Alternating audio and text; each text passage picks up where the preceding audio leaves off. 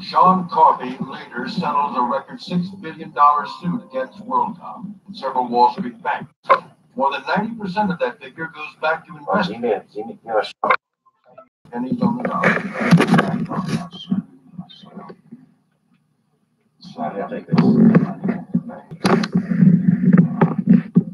I've got maybe $2,500, $3,000 back. I'm trying to get everything. Do you search this place yet? When you look at it, people that invest in the stock were definitely, thinking to do a con game. Headed by Bernie Evers and Scott Sullivan. The man knows right from wrong. I don't think he set out the wrong, but he knows right from wrong. And he heard a lot. So I'm here. Sitting at my on my bed as usual. A Hollywood dream turns into a nightmare for investors. Watching American Greed, $11 billion, and they got busted. You greedy? You down. $11 billion these assholes think they got away with. Man, why is it so damn dark?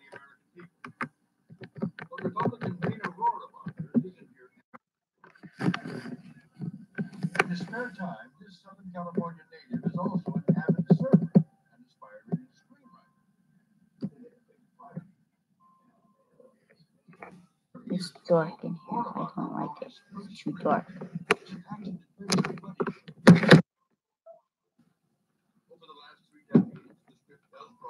Oh, my case.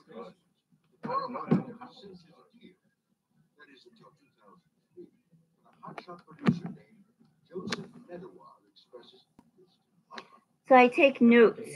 Holy crap, it is that dark in here? No way. What the hell is going on?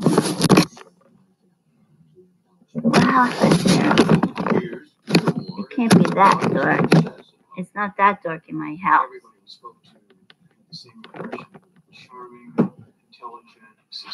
Baby! They're messing with the something. Something's not right. Something's not right. Something's not right.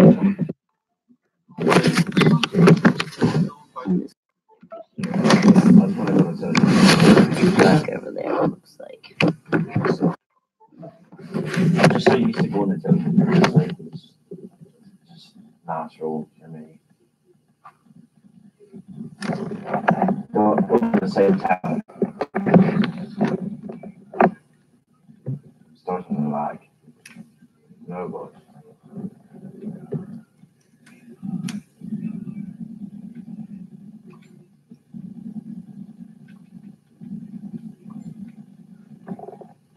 Yeah, right.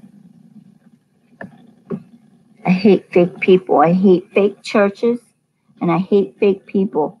And these churches who are making money off of me and letting them be me in the churches is not a real church.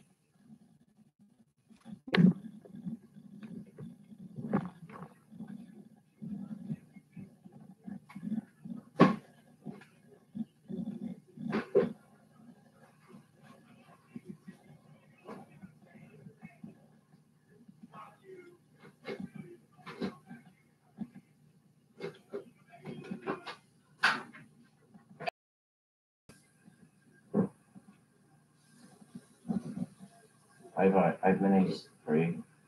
You got a shield.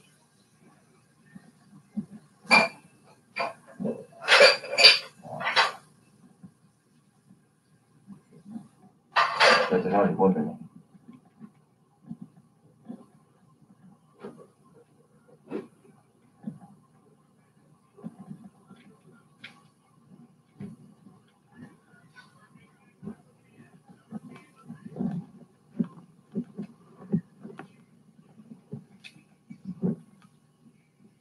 What the fuck was that? Bullshit. It's fucking bullshit.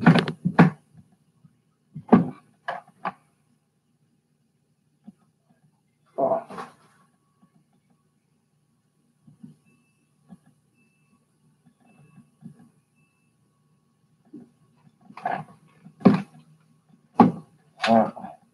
say Discord, they like message me this shit, man. Take real stories, national security stories, and you will make them into a TV series. Memoir says DHS, the series, will follow the exploits of two fictional investigators, Agents Jack Callahan and Andrea McCall. Memoir says he has started production and shows Rohrabacher a trailer that has been designed to pitch the show. Hey, John, do me a favor. Hey, Brian! 5 minutes of a video made of what he had in mind for Department of Homeland Security, and it's very impressive. Rohrabacher is so impressed with the pitch, he offers to help Memoir by setting up fact-finding meetings with government officials. I ordered the Department of Homeland Security project to be as accurate as possible. Okay. David, that is. Explaining how the system works. I said, And with that, Honestly. Memoir is rubbing elbows with some of Washington's Alright. most elite players and generating. we're just gonna die, no, I'm not good at doing this. And so on his website, You just wanna go to Salted? very prominently displayed some of these meetings that he had Alright, with the Department of Homeland Security staff, some congressional people, and a couple of congressmen. Memoir I don't is see any leading lady website. Allison A. Ruth Waterbury also We have a chance. political fundraising efforts. One, they even meet the president. I only see that Memoir only 2 people has here, so I got it. pictures on the show's website. And you could then use that as essentially a calling card, an opening to meet new people. And it's an extremely effective calling card, one that Joseph Memoir will use again and again to lure investors. In the fall of 2004, mortgage broker Ramon Alvarado learns about the DHS show from a coworker. He actually said, hey, they are looking for investors. Be careful. Come here. One of them. The website, Yeah. that really got me excited. For Alvarado, it seems like the right idea at the right time. I mean, having the blessing of the president. And then, it sounded good. Ramon learns that Memoir is selling stock in his production company for just $1 per share. And the company is about to have a public offering. Gosh, just the simple math at 1,000 shares at 40, that's a decent amount of return for your investment. Ramon wants in. He has over $15,000. Soon, his investment should be worth close to $1 million. It just seemed like a sure hit. Ramon is just one of more than 70 investors who sink their money into DHS this year. Who doesn't want a piece of Hollywood at just the cost of $1 a share? When American greed returns, Memoir turns to religion and finds a whole new pool of investors. These people really believed that they were going to be doing something that God wanted them to do. See more behind-the-scenes footage of DHS, the series. Log on to americangreed.cnbc.com. I can do more to lower my A1C. And I can do it with already within me. Because my Yay. body can still make its own. Get wrecked. Fuck! I can't rewind. I think they're gonna go.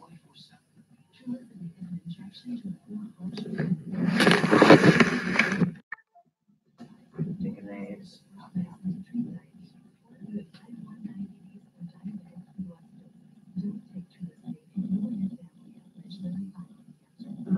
What's my next system here? Strictly people.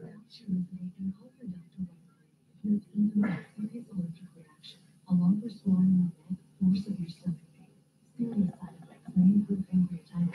Taking Trulicity with a sulfonylurea meal or insulin increases your blood sugar risk. Common side effects include diarrhea, vomiting, abdominal pain, and decreased appetite. These can lead to dehydration, which may worsen kidney problems.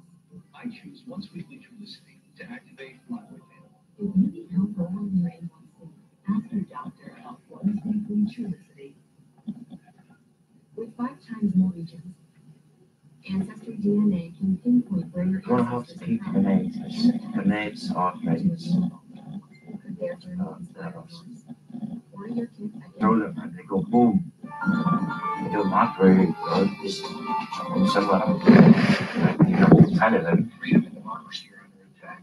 In early 2004, Hollywood producer Joseph Medawar said he's working on What's that? the series. Dramatic TV series profiling the field cases of the Department of Homeland Security. DHS has become Oh, the I love focus of our company's people distributions. Medawar even has support from some Washington heavy hitters, including veteran Congressman Maybe it's Dana something. Rohrabacher. It's a great idea.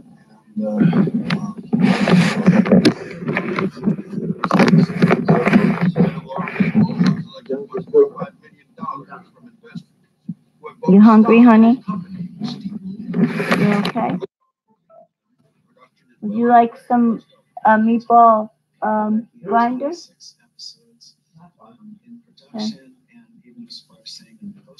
Energy. Did Brandon eat all his chicken?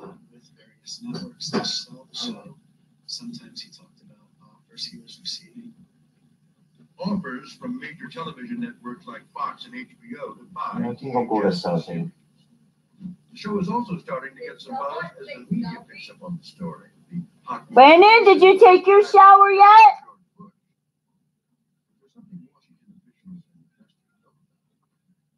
I was looking for one of my things on here.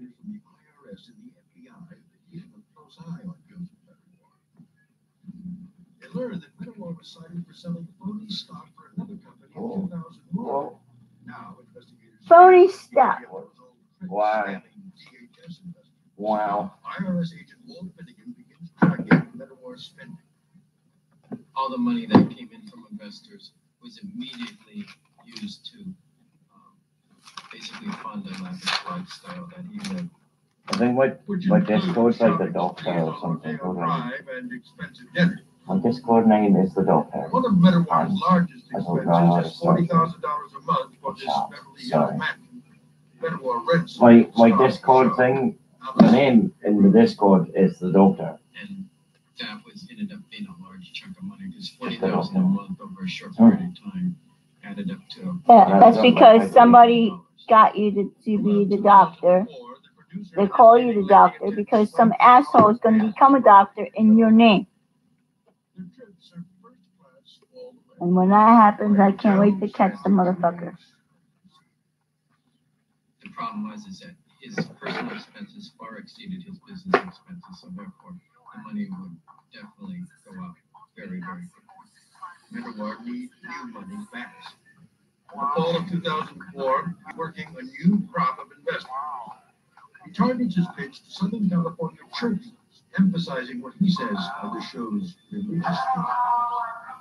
Here, it was an interesting confluence of money, patriotism, and religion. These people really believed that they were going to be doing something that God wanted them to do. For the church one, it was, we are going to air this on a church network, a faith-based network, and this is going to be something that's going to be true to the faith. Alright, so One of everyone. the churches Medawar pitches to is a small congregation called Desert Bloom Ministries. Basically. 52-year-old Marie Spencer has been a member for more than 5 years. She remembers how Joseph Medawar quickly became a fixture of the church. Joseph was at the church every Sunday. He was always there sitting on the front row. For Spencer, investing with Medawar is an opportunity she can't afford to pass up. You go to work every day, but still you don't have enough. We're living from paycheck to paycheck. And immediately the people would buy the stock because See, they one of those thought that they were going photos. to be millionaires within a short period of time. Murray takes out an equity loan. Yeah, they stole my stock. Los Angeles community of Juarez and invests $57,000 in Medawar's company. That money would double or triple. So with the money that I invested, would have gave me enough money to pay my house off. In all, Medawar collects $3 million from church groups. $3 million is Initial coming. DHS investors like Ramon Alvarado are eager for Medawar's company to have its promised IPO. IPO. He came across as a real warm-hearted individual. It was very difficult not to, right from the get-go, not like the guy. And he did say that all this money is refundable if you want to get out. By early 2005, Ramon has invested $120,000 of his money into Steeple Entertainment. We were gonna extend the living room. Ramon anxiously waits for the next 7 months for the company to go public. He plans to use the money to remodel his home. I had that hope, eternal hope, that please, please, please let it happen. When we return, investors like Ramon are about to learn that things with Joseph Medawar and his company aren't what they seem. It's just little. Like, I think it's all what was. It was a constant lie.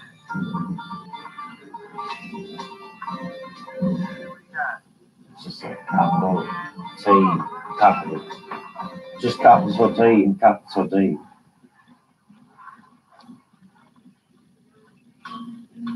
Only time those who drove homes, they release Madison fast for a fast payment. Time now.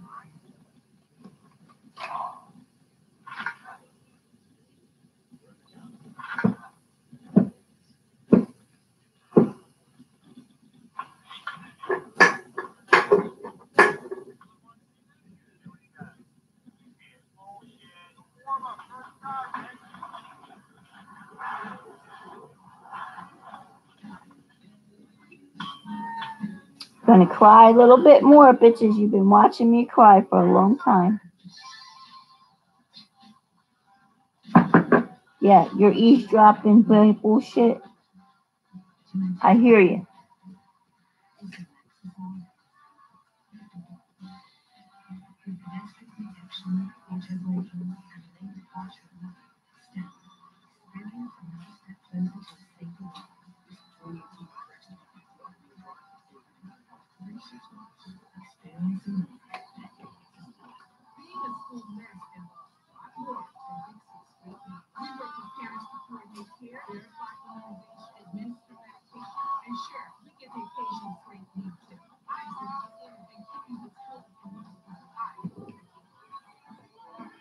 By the summer of 2005, Joseph Medawar has been promoting his TV show, DHS, the series, to public officials and investors for more than 2 years. In that time, more than 70 people have plunged more than $5 million into his company's stock. Over the last year, investigators from the IRS and FBI have been quietly looking into Joseph Medawar and his company. Now, investigators find Medawar has been spending so much money on himself so quickly, he hasn't shot nearly any of the 26 episodes he has promised investors. He basically was just taking the money and spending them as it came in. Even if he wanted to, make a show, he had no money. I don't believe that Medawar had any intention or ability to put a show together. Assistant U.S. Attorney David Willingham helps build the case against Joseph Medawar. The DHS was essentially the suit and that's the lies of the investigation that we'd uncovered. As far as we know, that's the only acting. From the beginning, Medawar's project was a scam. There is no suit. Even the DHS trailer he used to lure investors is a fake. The trailer was made up of a bunch of stolen scenes from other movies or shows, and the trailer was made very early on in order to use as a solicitation tool. Oh, lovely. Even with a federal investigation underway, Medawar keeps up his front with investors, insisting that Steeple is a well-funded company that's on the verge of an IPO. Never did I. It just seemed like a short.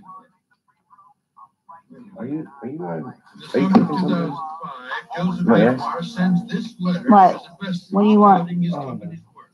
I was gonna make homemade meatloaf, but my meat's not thawed out enough. So I just made the chicken, and they got their fruit and their yogurt. Brandon, baby, you need to take your shower.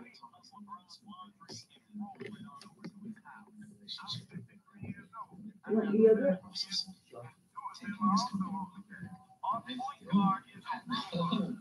You know, the thing was, is I was so much in debt at this point that it's like, it has to come through. But it never comes. By September 23rd, 2005, investigators Finnegan and Bergman gathered enough evidence to arrest Joseph Medlar. May 2006, he was appealed with prosecutors. Pleads guilty to 2 counts of tax evasion and mail fraud. In exchange, he is sentenced to 1 year in prison. 1 year? That's it? After how much millions of dollars he stole from these people, he got what? He got 1 year? Huh? Specifically land at, like, yeah, land at this Baby? one, or this one. I hope he didn't If fall there's people asleep land at yet. this one.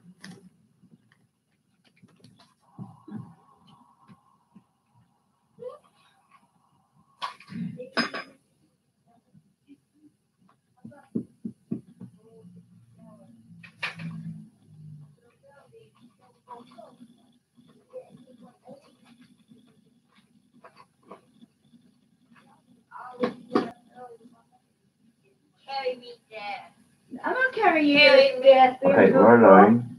Sorry. No. Get eyes to the left mark.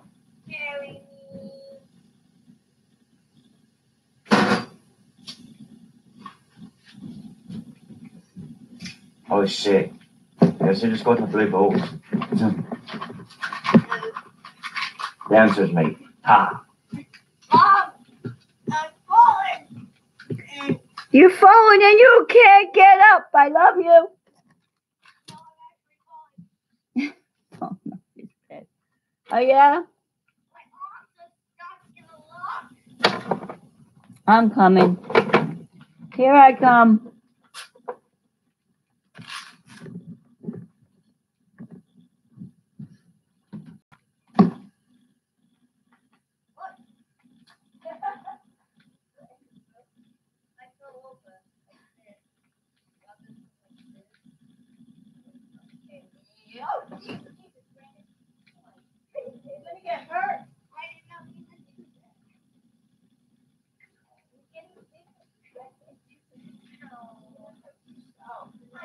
Myself. Yeah, and then you're gonna say, oh, I hurt, and then their teachers are gonna say, oh, mommy's a bad mommy, let's put her in jail.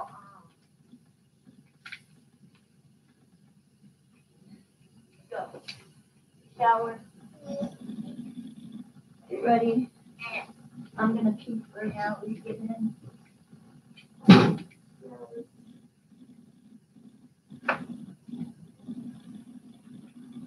I left her downstairs unsearched. I got two minis.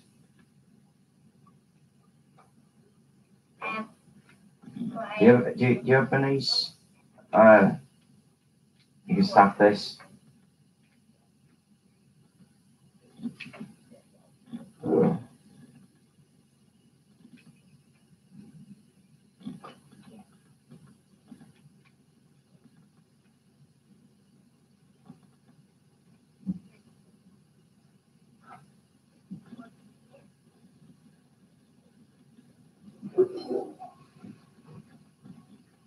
Mom, What?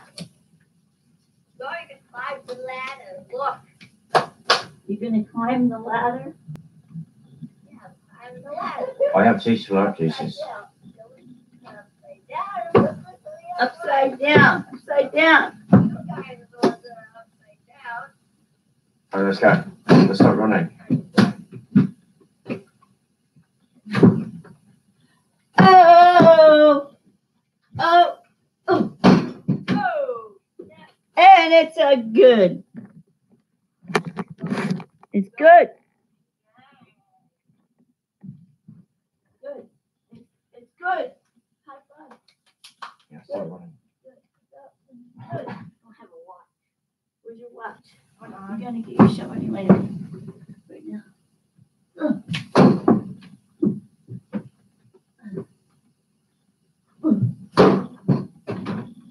It's good.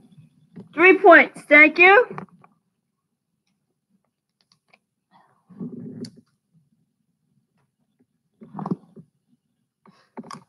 I'm gonna go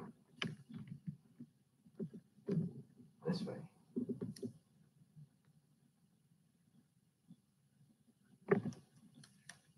it around to Anarchy Fields and then to Tomato Town.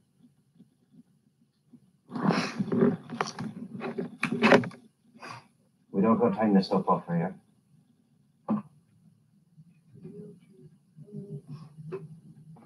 Alright, so we're gonna go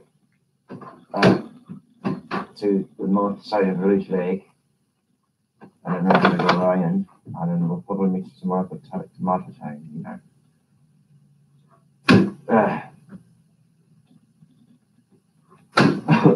Where did I put the phone at? Is the phone over there, Billy? Did I hang the phone up over there? No, I don't see your phone. So I have my notes here of all the different shows that I've been watching between Unsolved Mysteries, Forensic Files, and you are you winning? And American Greed.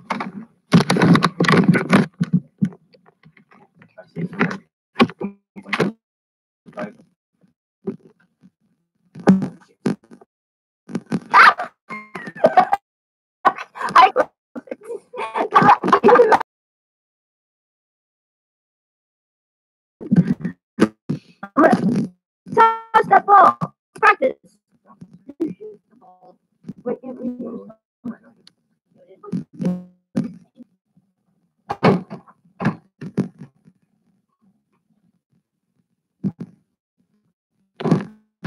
Shoot. What? I'll make it. Hold on. You can do it. Almost. You can do it.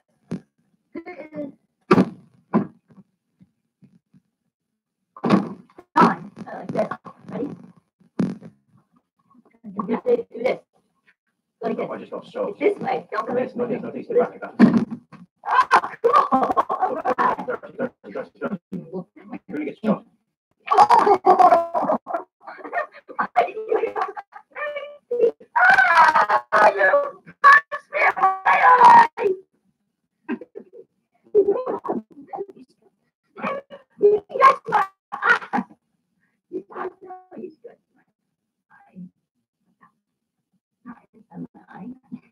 You got this part.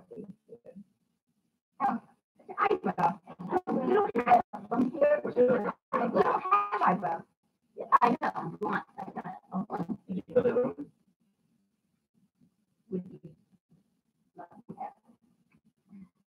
You don't want to go that way. There's somewhere with that mistake. That's the work like this range.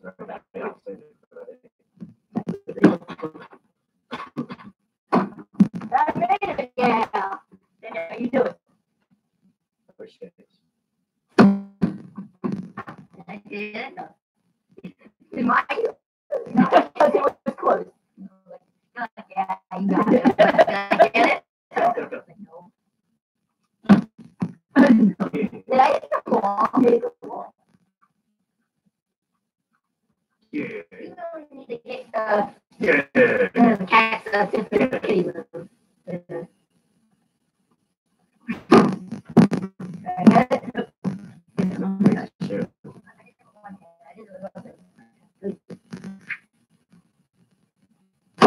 You got it. No, I don't. You got it. He does it better backwards than he does forward. Ow!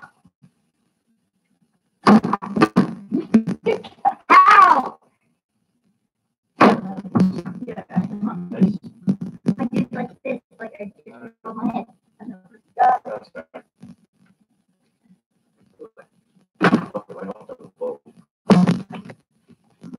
Careful.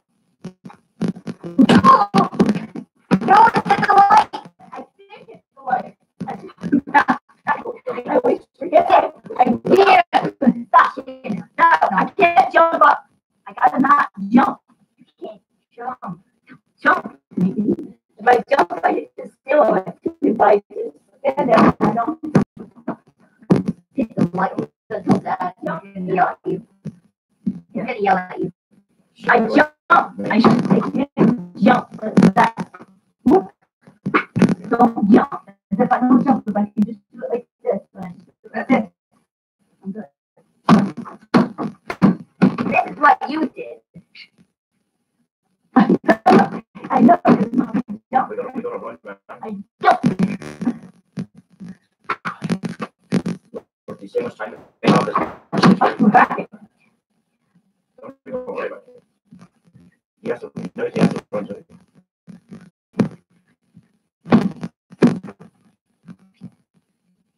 Back up a little bit, baby. Back up. You need that you do your form. You need that form down. Basketball form.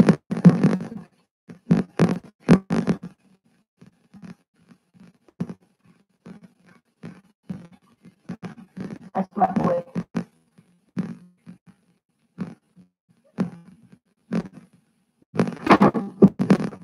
What are you trying to do, silly?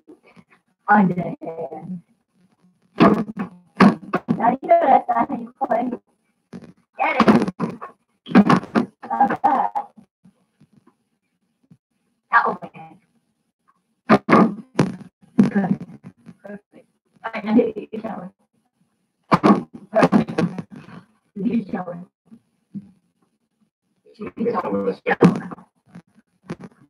Don't jump. Jump. All right. Jump. I hit the freaking light bulb. Jump. I hit the light bulb. Well done. Praise God. I can exercise for the day. Jesus. Trying to get them to have that perfect form for eventually maybe he will play basketball. My kid, and he'll be sick and in a wheelchair, right? I swear, if you guys poison my son, I'm gonna be so pissed off. You guys are so going to deal for him. Trying to commit murder against my kids. Peace be with me and my children. Truth be told, God bless. Be safe out there. Last Friday was Philly's Day, I think. Yeah? Yeah. What about Philly Day? Yeah, to wear Philly's thing. Yeah, I don't have any sing Philly songs. I forgot to look at Mr. Peters' thing. I think actually I did look at it, but I glanced.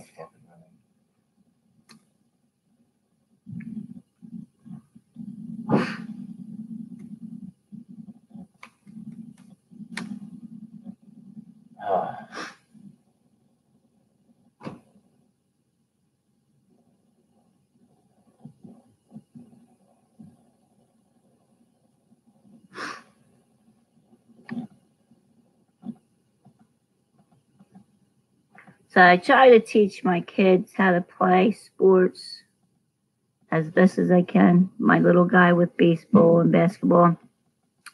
So that maybe one day when we break from this isolation that we're in, they'll break out and play again. They'll play. At least I can say I taught them to do what they need to do as sports and healthy wise. So, other than that,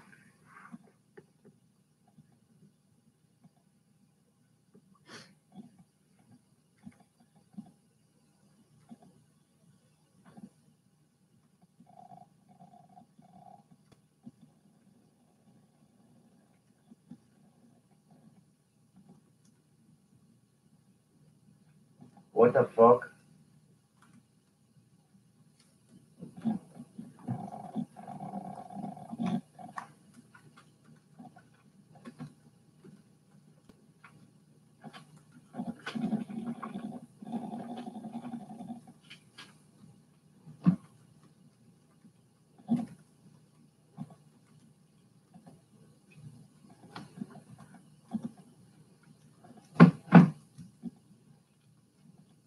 Bullshit.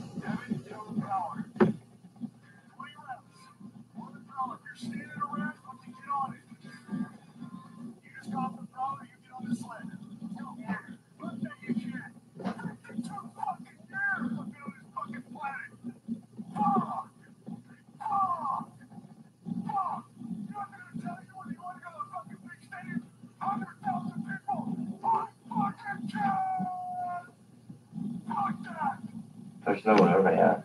Super good. Wait a light. Not such a.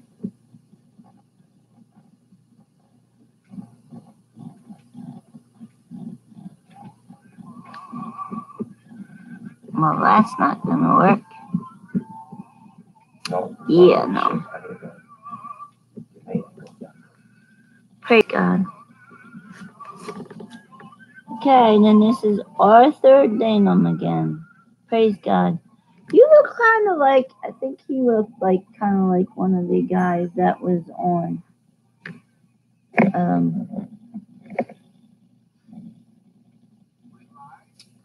a show.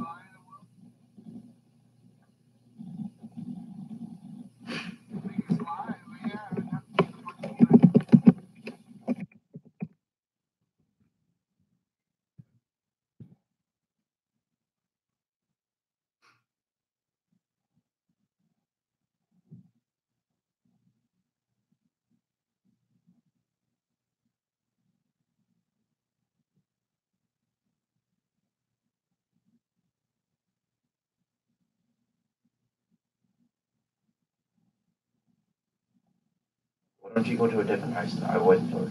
Like the one south, one you should go there. You know.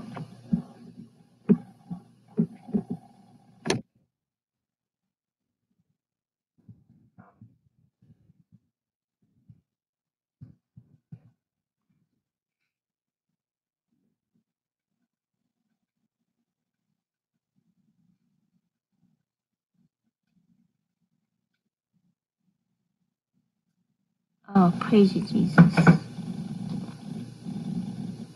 Oh.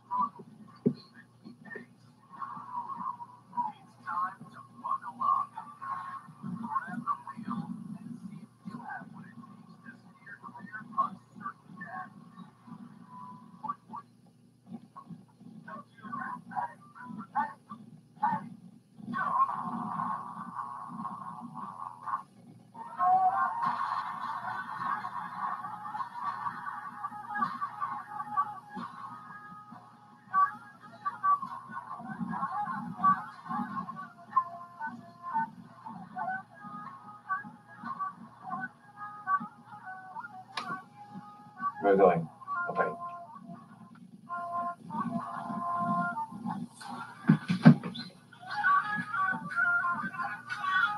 What are you listening to? There's a bunch of great Indian people shooting off guns. Oh, did you ever see that YouTube video of that stuff?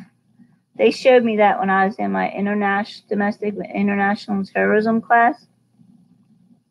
And they showed us pictures of what they do over there. Oh my God, I feel so bad, and it's so crazy. They actually literally take freaking humans and use them as targets and teach these 5-year-old kids to shoot them. I'm freaking nuts. That's crazy. Isn't it crazy? That's nuts. They're freaking kindergarten. Oh my God. I don't say anyone. I'm over by doing it. Their kindergarten graduation is all about shooting. And I took my I took one of my criminal justice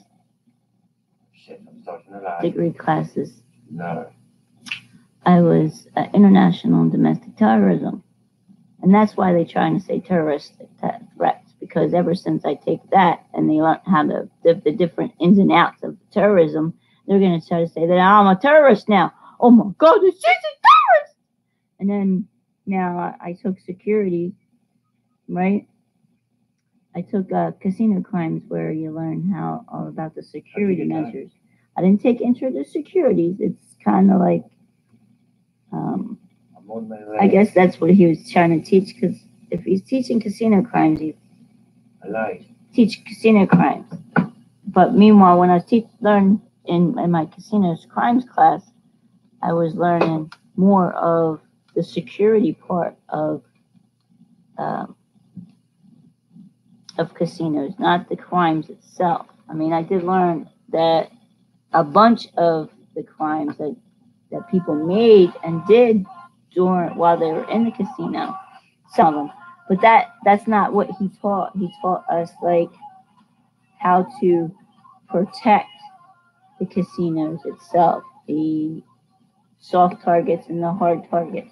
I'm not in security, but it's good to know. And then we had to do my classmate, me and two of my classmates had to do a presentation, which one of my classmates typed the whole damn thing up. We gave our input, and he typed the PowerPoint up. So, which was pretty cool because then all I had to do was worry about my other schoolwork, and I mean I put my input in, but it was kind of cool. I don't know. I was hoping it was going to turn out to a little bit different, but it turned out okay. We got a 95 on it. It was great, if I do believe. I think that's what we got. And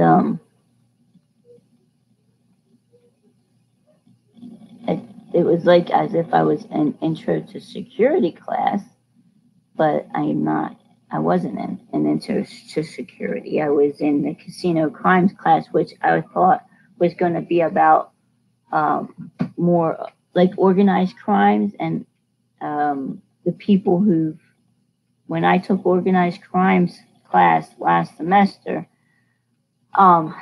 we learned about the people and the mafia and the different crime groups, between the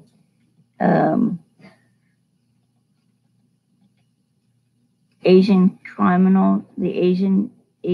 groups, the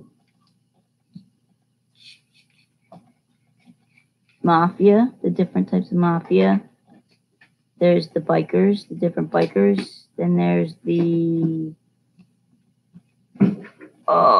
fudge. I'm gonna pull it up. Hold on, let me pull it up. I should still have it on my computer, but every time I take a class for criminal justice, they try to use that against me. They dub everything that I'm teaching and learning in my class to say, well, she's been indicted. Wait, I just learned that in my fucking class. Oh, well, she's a terrorist. Oh, well, she's doing terroristic threats. I just took that fucking class. Oh, wait.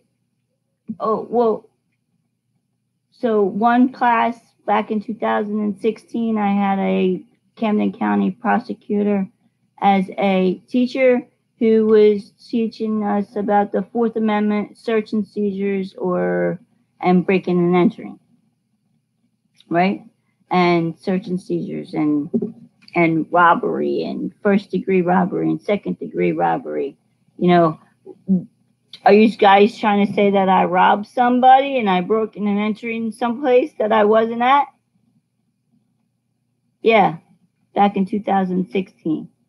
So when I was in 2014, I took Forensics 1 where I did fingerprints. They stole my fingerprints and then caused me all kinds of fucking problems with my fingerprinting card.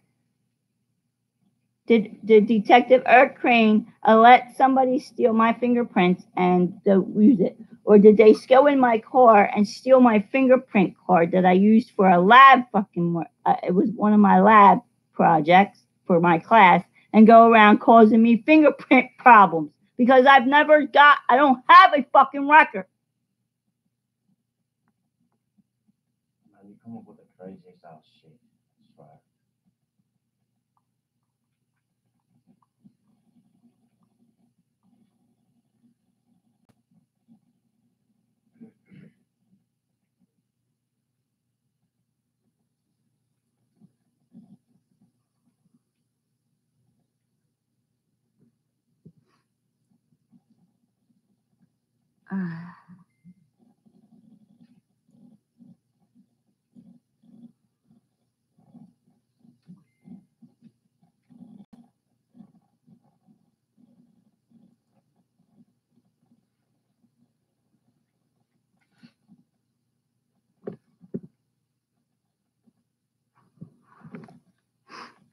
So every class I take, criminology, sociology, I learn all kinds of shit on what they've done to me, trying to cause me mental issues. They deprive my brain of certain foods in order to change my mood swings. They deprive my brain of the fruits and vegetables that is needed to move on for my mouth for the serotonin to move through the brain. They deprive my children of different foods and to try to drive us crazy. The serotonin levels and the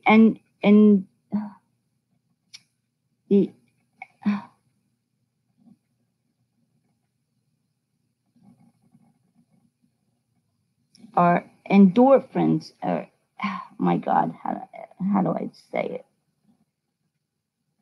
They deprive our brains from certain foods in my house and vegetables and vitamins in order to cause a different type of mood swings in your body. They put different foods, salts or seasonings in my foods in order to cause different mood swings. Trust me, I did all the studies, I read all the whole entire psychology book and know exactly what the fuck they did to my brain all these years in order to try to claim me fucking crazy. And they will go down for every day my children and I do not eat the proper way. Every day that my husband does not come home with a bag of fruit. Every day that I'm not able to buy the foods and fruits that my children need for my house.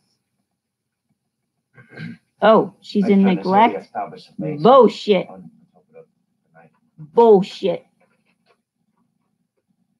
Are you done recording? No.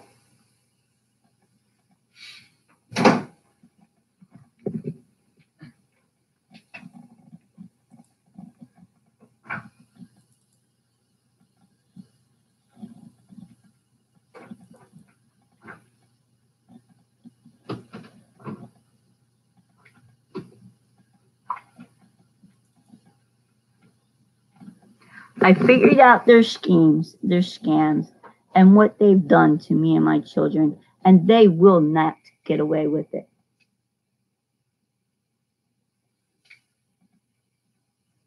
That is cruel and inhumane for what they've done to me and my children for the last 16 years straight.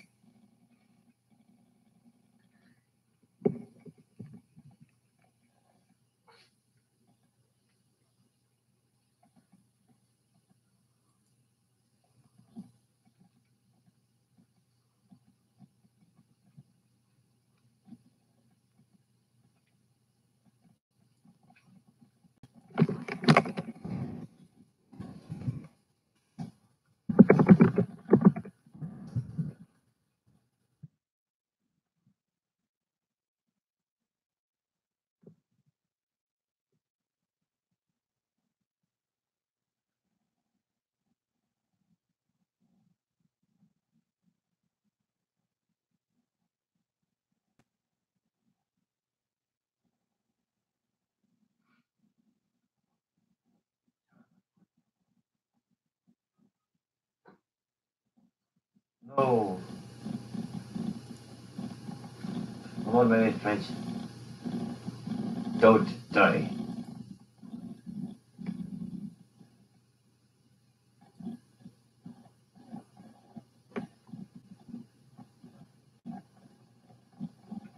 I told you not to die.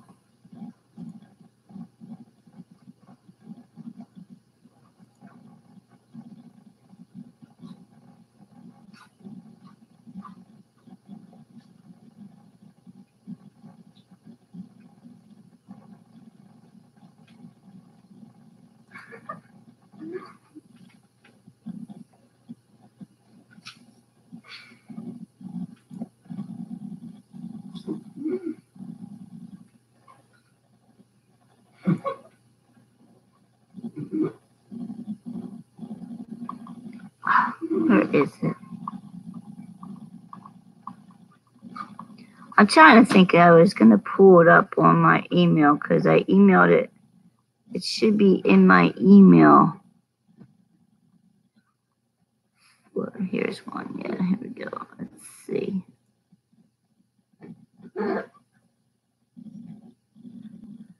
Let's see.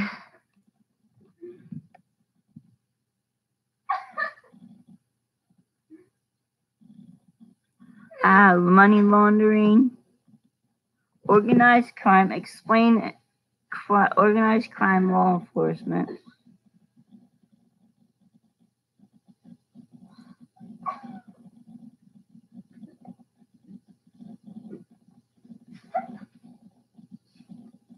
These guys are funny.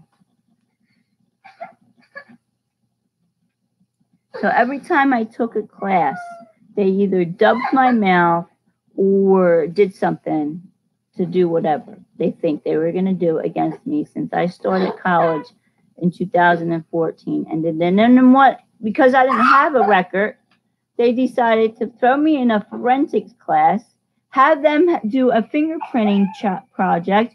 Oh, on, nonetheless, a fingerprint card. Okay? On a fingerprint card. Which, you know what? I mean, I'll pull one out for you. Pull it right out.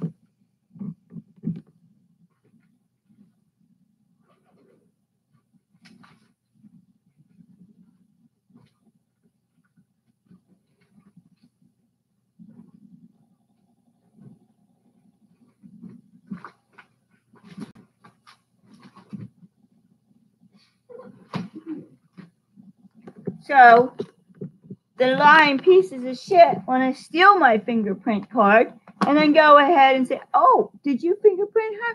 No, you little pieces of shits did not fingerprint me. Whoever thinks they were going to get away because you did not fingerprint me, not once. Little bitches from hell. Did not fingerprint me, not once.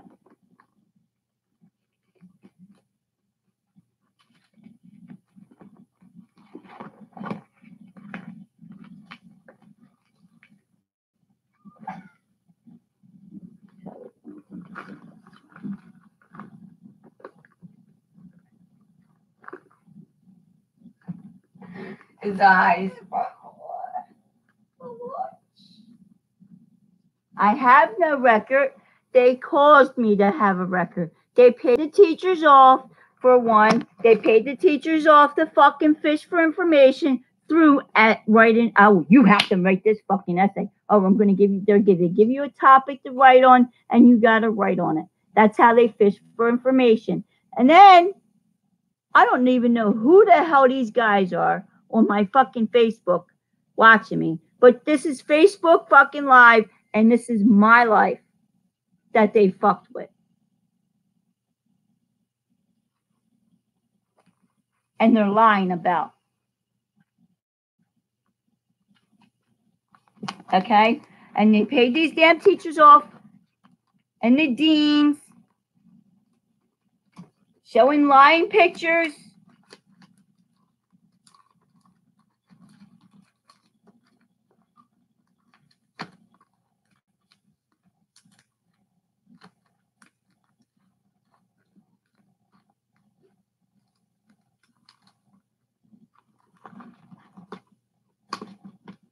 I have no record. They stole my freaking fingerprint projects between Forensics 1 and Forensics 2.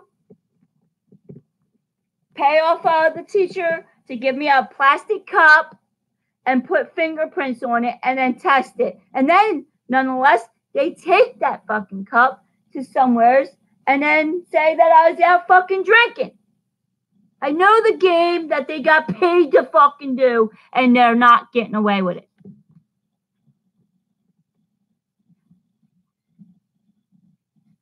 He ain't getting away with it. Oh, we already did. We're going to charge you. Oh, we're indicting you. You're indicting false fucking fake, false bullshit. Who's calling from Camden? Some lying piece of shit. She's not answering. Call from Camden, NJ. She's not answering. Well, who the fuck are you? You're a lying piece of fucking shit. Call from Camden, NJ. Fuck you, you lying piece of shit. She's threatening me. Camden, NJ.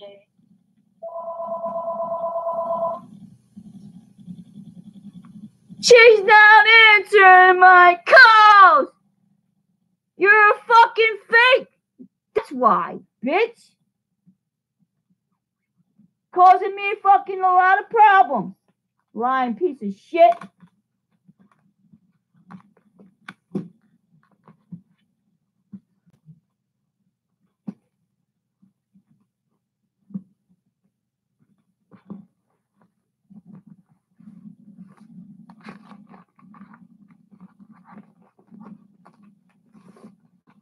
I don't give a shit. I'll do it again, as that fucking lying bitch says.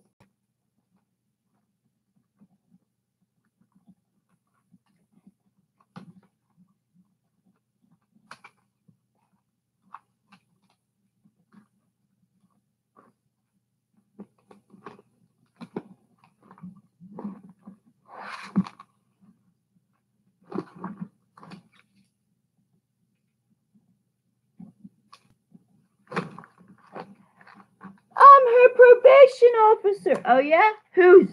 You're a fucking lying piece of shit probation officer. And your ass is going to go to jail for lining your fucking pockets. Because you know you haven't fucking... Nobody, one, identifies themselves at all. Because they know I've done nothing wrong. And they know that I'm not guilty. Two, they're being paid off so that some other bitch can fucking take over my life. 3, who are you people on my freaking on here?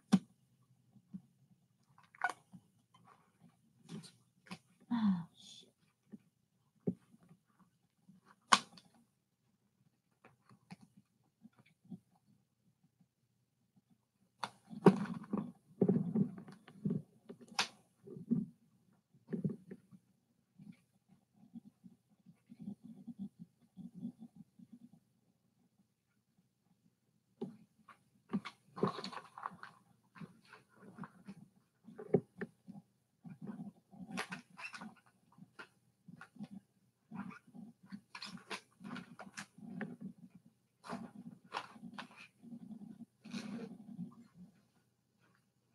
I had my kid's envelope shit in here.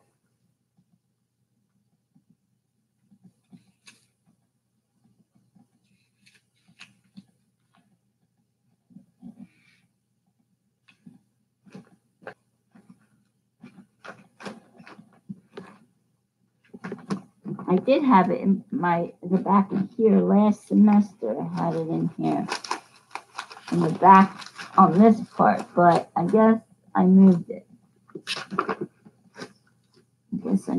And here's one of my books here.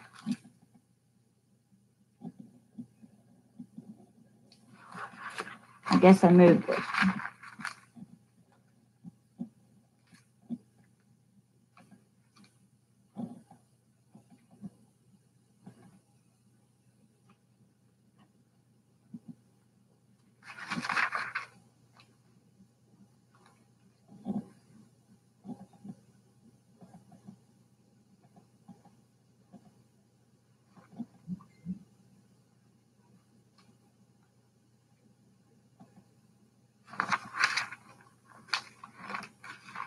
Ah, I found my notes that I was looking for.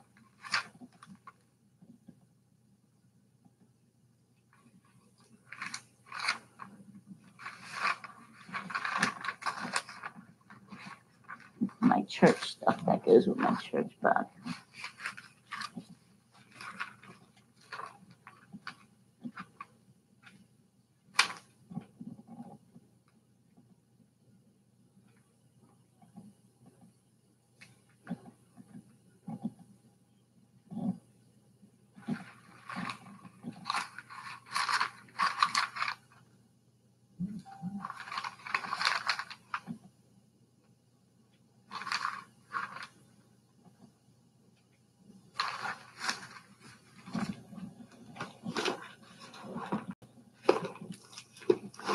So,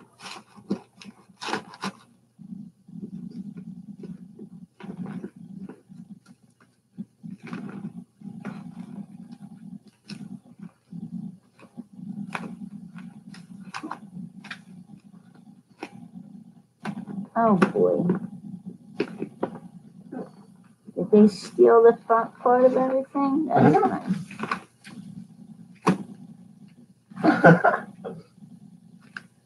My transcript from Gloucester County College, from when I graduated. When I graduated from college in December.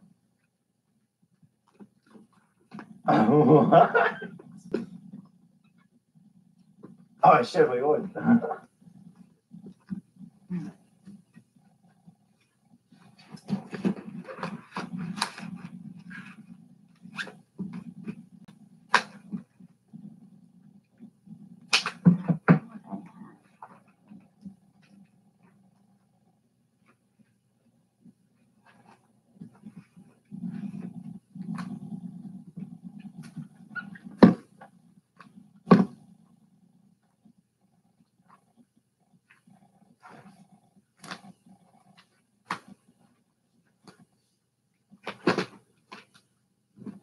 All right, well, I guess let me go grab my forensics file.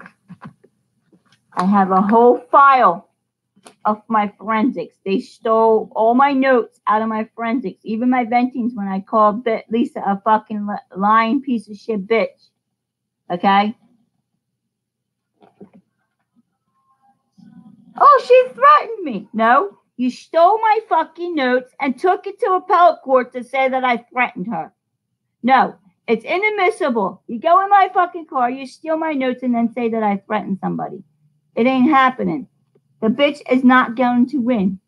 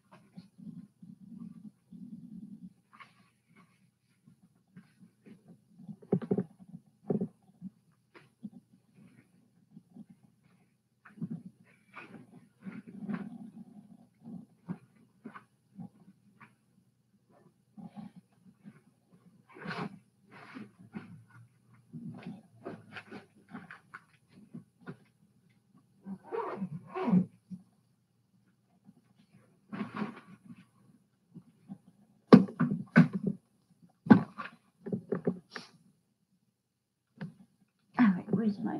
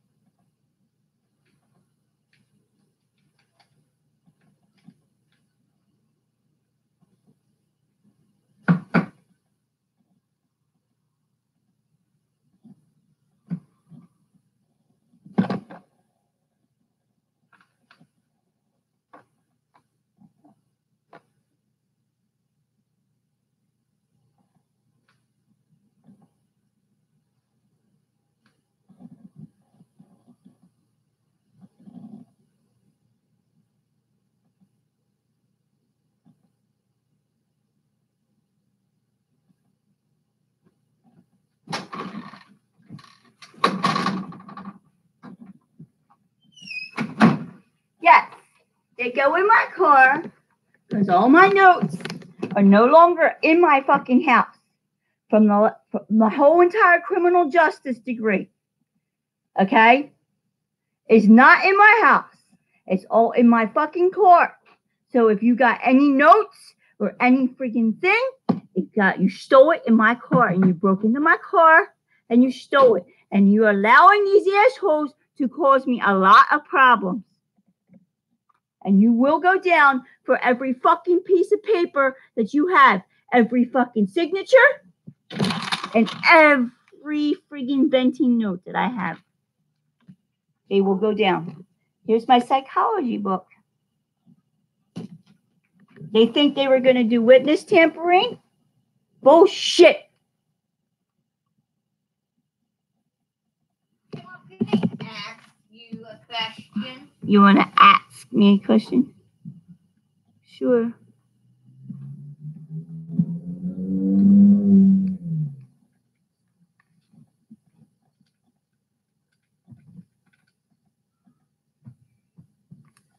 Because I am not guilty. I told you, I am not guilty. I'm going to win by means of them stealing my fucking shit out of my car. It's not her car. No, it's my fucking car. It's in my name. My car. So here's my this is Forensics 1 and 2 file. Oh my God. Forensics 1 and 2. And he even has my son's hair sample in there. So if you did Lockers Exchange and stole my son's shit, then they're gonna go down for everything that they set my son up for too. They're gonna set my son up too. Bullshit. Bullshit. They already did enough damage to him. You're so fucking annoying. Don't ever shut up. Here it is. Here's my fingerprint cards. Whether or not they switched them on me, I don't know. But these are the guys. This is mine. This is one of the guys that's in my class that was in my lab partner. One of my lab partners. I even have my lab partners in here.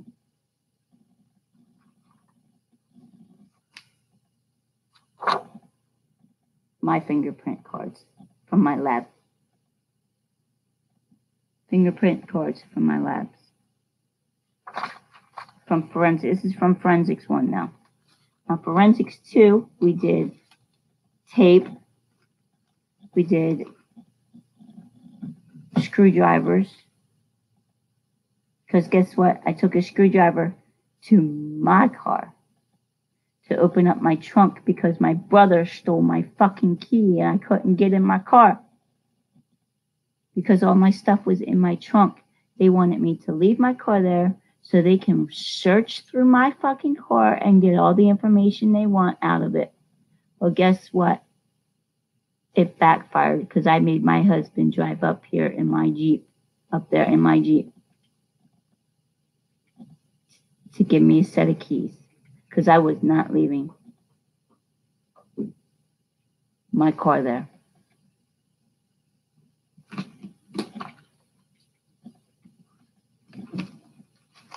So my brother Alan, who stole my Nissan Sentra car key, I left it right. It was sitting right on my mom's couch, and it went gone, disappeared. As soon as I stuck my key down, they fucking picked it up to steal out of my car at my mother's house. What's that, my mom? My mom says to me, Papa and I are looking for a new car. What's that place that you got your car from? Yeah, Nissan. Yeah, dub that one. Nissan in Turnersville. I never used a grenade before. Where did you get your car from? Yeah, it's gonna come back and backfire in my mom's face.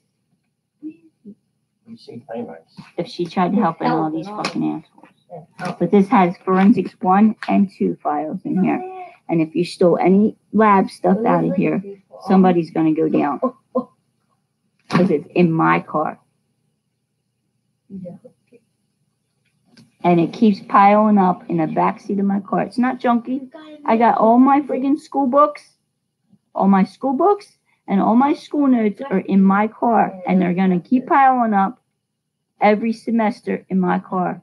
You want to go in my car? I'm going to make sure you're going to get struck down by lightning one day in the name of Jesus. Because guess what?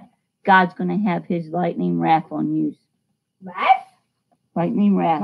You You gonna fight with me? Hmm? Yeah. What kind? Do I need to go through here?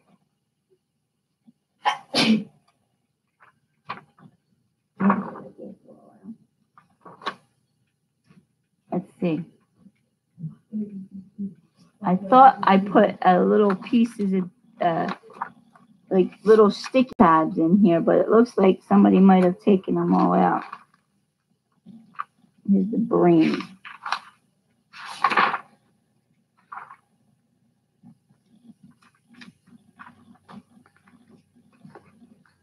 Yeah, take another psychology course and try to do some more psychological bullshit wars on me and my children. And guess what? They're going to lose.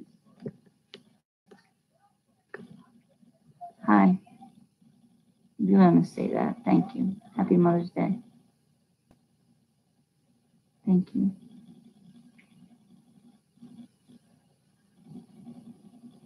Big hugs.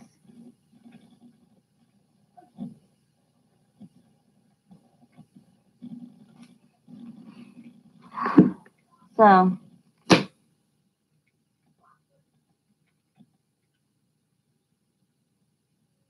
oh, you know what? Some of you are my friends from more places. I should be. I don't recognize you. Maybe.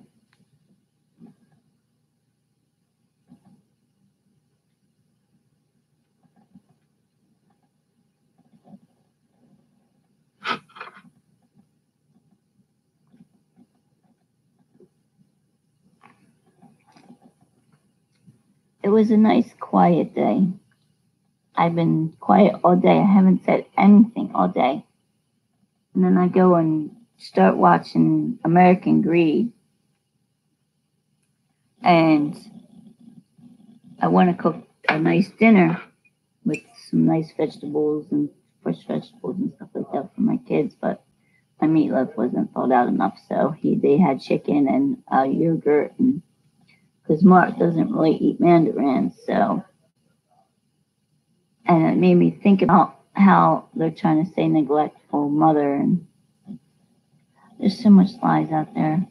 You can't believe anything that they say about me. You know, because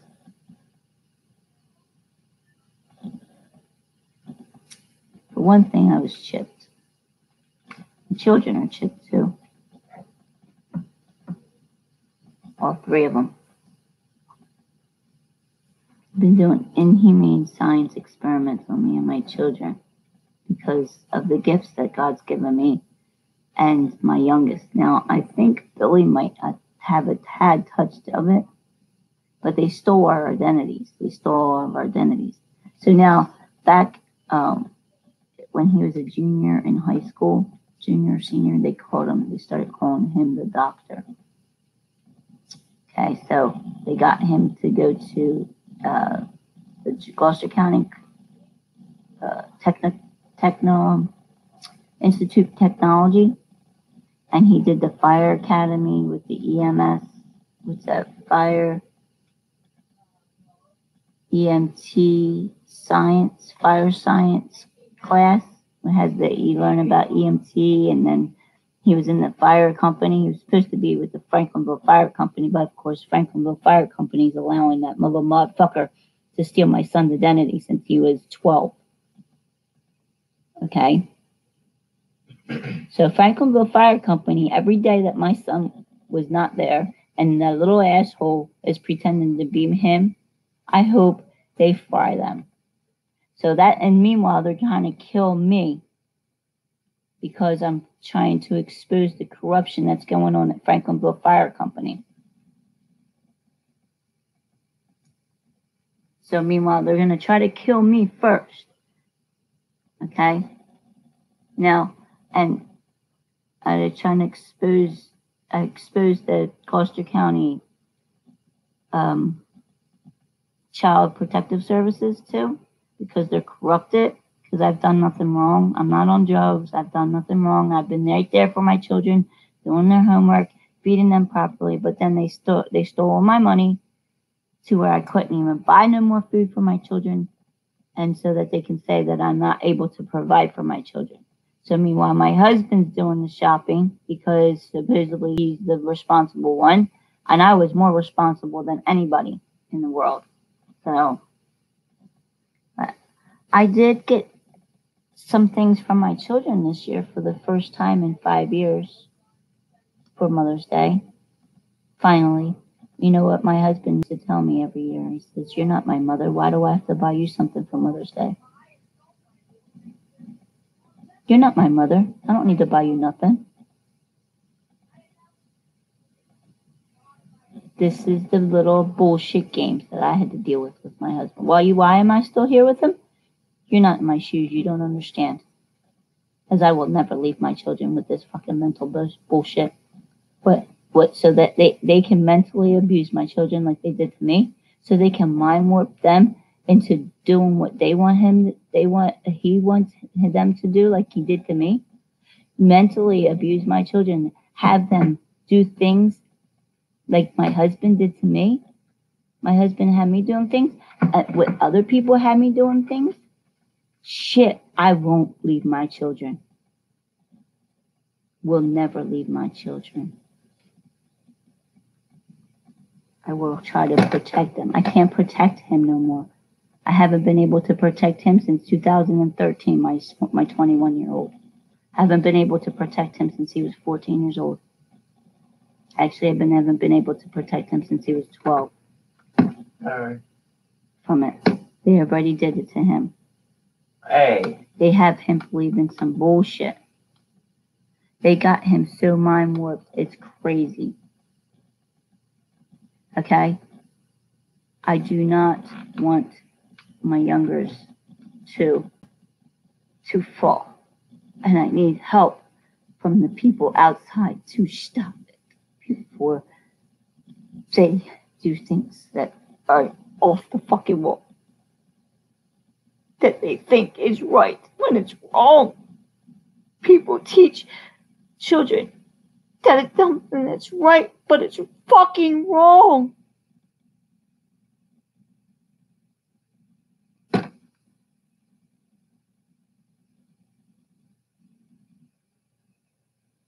I am not guilty.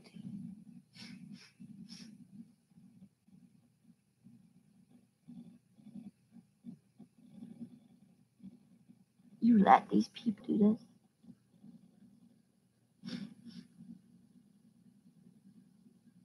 They think it's funny.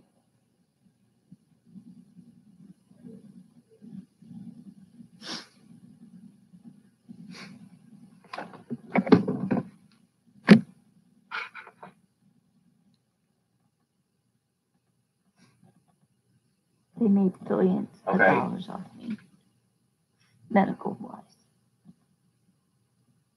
Something must have happened. Somebody caught wind of it. Lo come culo. And made millions. Something must have happened. They were shoving it under the freaking rug. Somebody found out. And instead of telling me, they're gonna say that I'm crazy, or they have power of attorney over me so they can control me and my children. They're my babies that they hurt. They're my babies that they poisoned. They're my babies. Watch my fucking 10-year-old son hallucinate because they're friggin' doing mind bullshit games on my kid. Watch my son hallucinate and see freaking shit out the window because that's what they poisoned him. Project Chatter, when God, you scared the shit out of me. Please don't do that. the LSD. I need that. I just drink. Yeah, thank you. God damn, you scared the shit out of me. Not that they're schizophrenic or crazy, but because they want control, and they poisoned us so bad. What's better as a sniper? Watch my son wake up in the middle of the night because some black bitch stole my kid one night out of my house for no fucking reason, and cries for me at nighttime. Used to yell for my name to make sure that I was still here. That black bitch got paid to steal my fucking kid out of here in 2010. When she knew there was nothing wrong.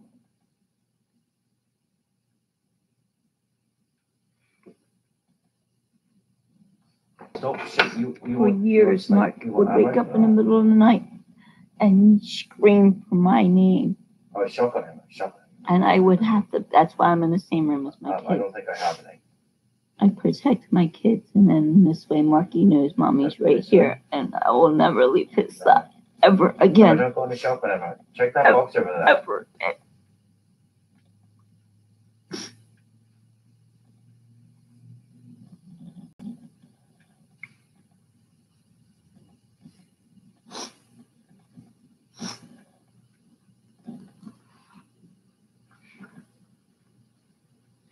They were told lies.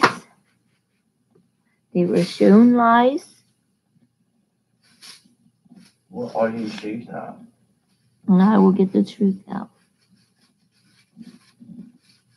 So I watched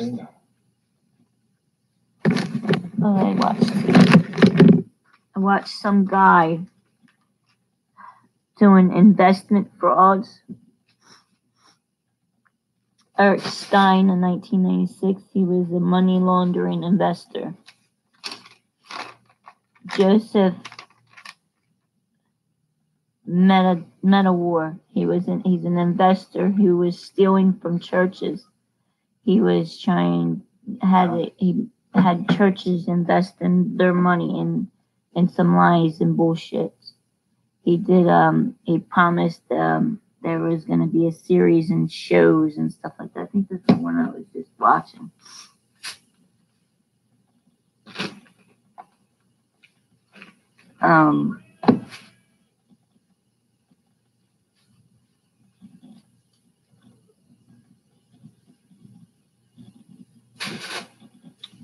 What is that poison?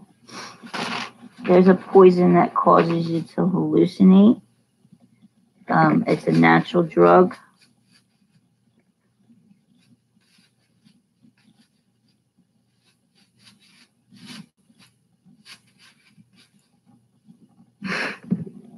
Let me see.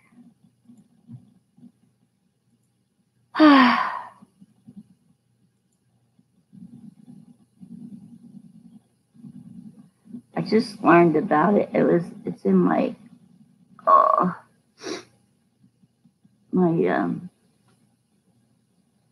criminal justice notes. I just learned about it this semester. I was doing a project, and what they did was they put this poison in. Go get it. It's a. Go get it. It causes you to hallucinate. Back over your little boy. Let me see. Let me get a tissue for my nose.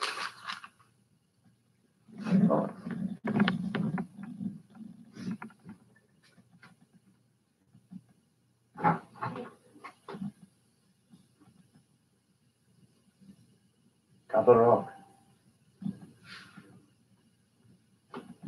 You really gonna sit there and learn? I told you that was not a good idea.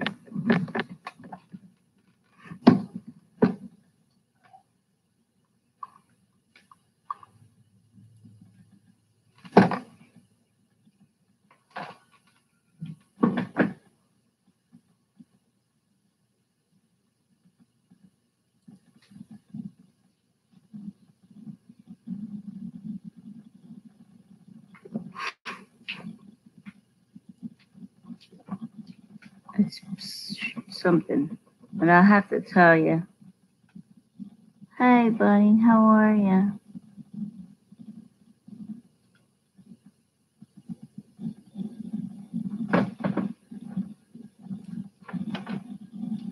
I'm not giving up. These people think they were going to get away with this bullshit. I was just too nice. And they walked all over me. They took advantage of that sweet little white girl. Walked on me, stepped on me, and then caused me a lot of problems. Stole my life, and then when I come back at them, I'm a fucking racist bitch. I'm a racist white bitch that they want to put in the friggin' jail and say racial slurs. What? Excuse me? I don't think so. You did what? They stole my fucking kid? And got away with it. And now that I speak up and say their name and call them all kinds of names, I'm the wrong one. I don't think so.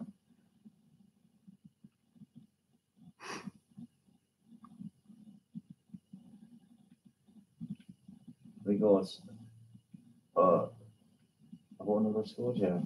What's that in the side of the mountain? That's new. What the hell is that? That was not there before.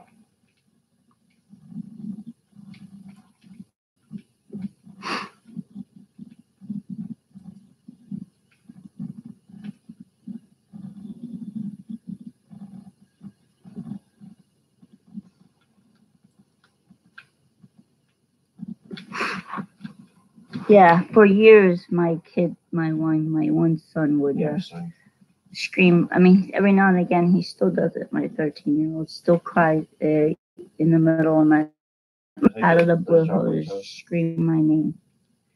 So, and until he is okay with that, I'll never leave his side. Never. And it's all because of them fucking jerk-offs at the family courts is the reason why my kid is the way he is. And they want to turn it around and say that I'm in neglect to cover their fucking lying piece of shit asses up there in Gloucester County family courts. And they're not going to get away with it. I'm the one dealing with the consequences of their fucking pussy-ass actions. Their actions. And they want to blame me instead. They want to turn it around on me. They want to pay every asshole Tom, Dick, and Harry off that cause me friggin' neglectful issues. Guess what? I don't care how many people they pay off or how many doctors and nurses they have or how many assholes technicians shoot me up with some fucking lying bullshit to kill me. They're going to try to murder me before their ass gets busted. They're not murdering me. I'm not going to get murdered. They're not going to kill me. Because they're trying to cover their asses for what they did to me and my children in 2010.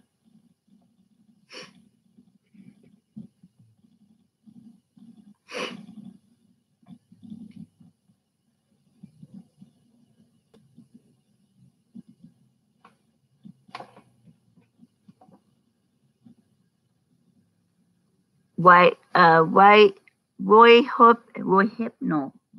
Hypno, I think it's called.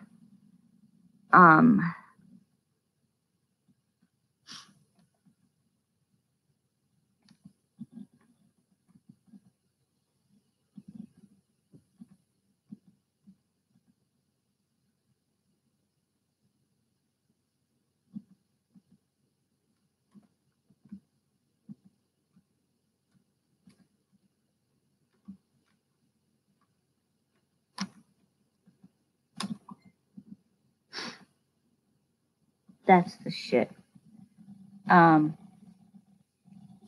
had to do a case study, and I pull up Criminal Minds.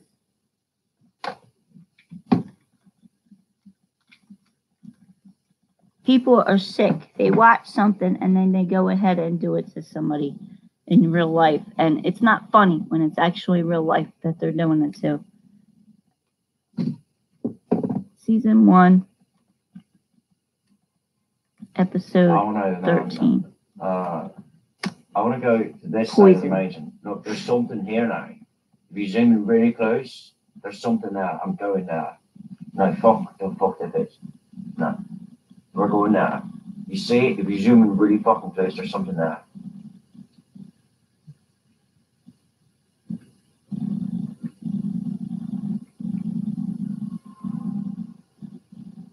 Like I saw it, like when I was at my house in Snobby at night.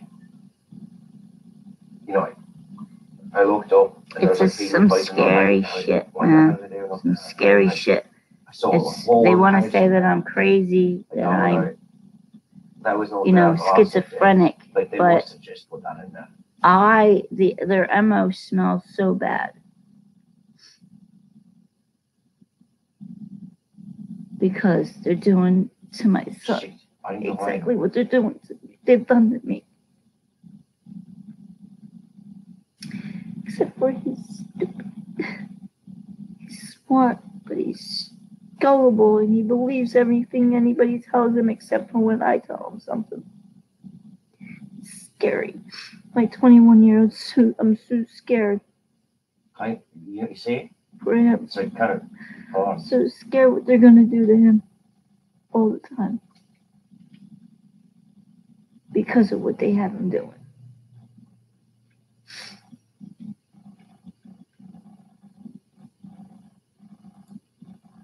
I knew was. And I won't leave my children's side.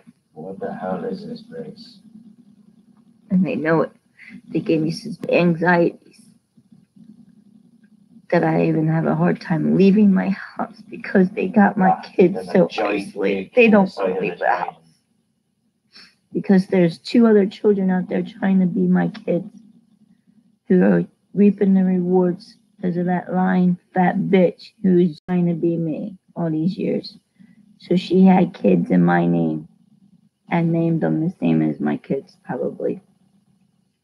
My kid's identity's been stolen. I mean, it's one big circle. It's gonna come out. They're gonna get busted. They're gonna get busted. Do you not see this giant nuke in the what goes here? You can't destroy it either, so like there's like literally something that goes with this. So meanwhile,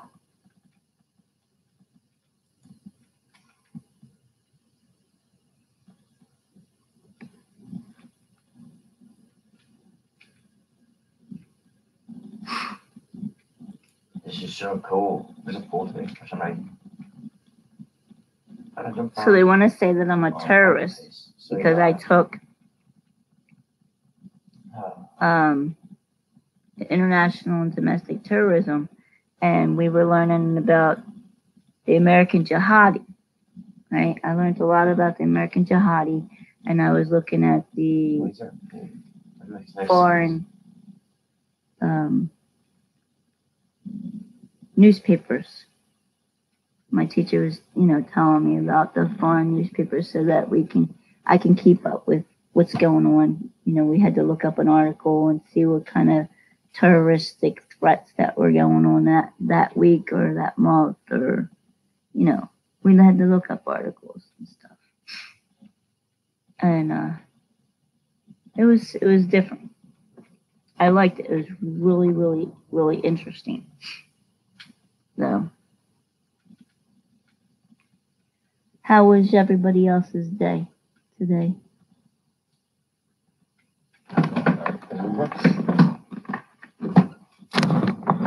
My son's playing his game. Is that game? What's that called?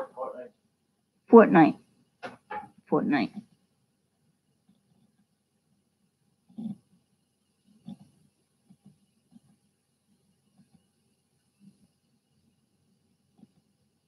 Good. I hope Alex is playing with him.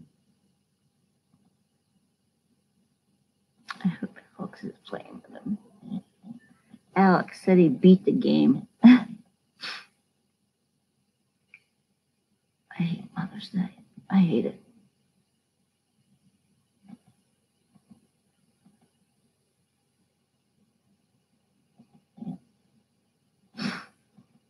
Mother's Day and my birthday. I hate them both.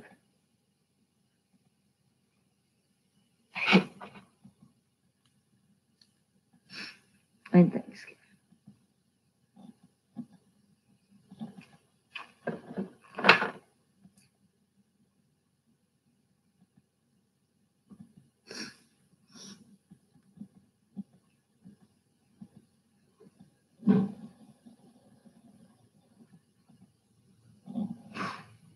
So I had some senses today.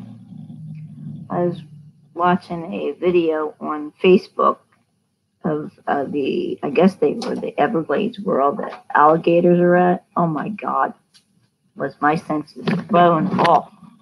My whole entire, like, my body starts to tremble. I get this shaky, like, I don't know, I can't explain it, right?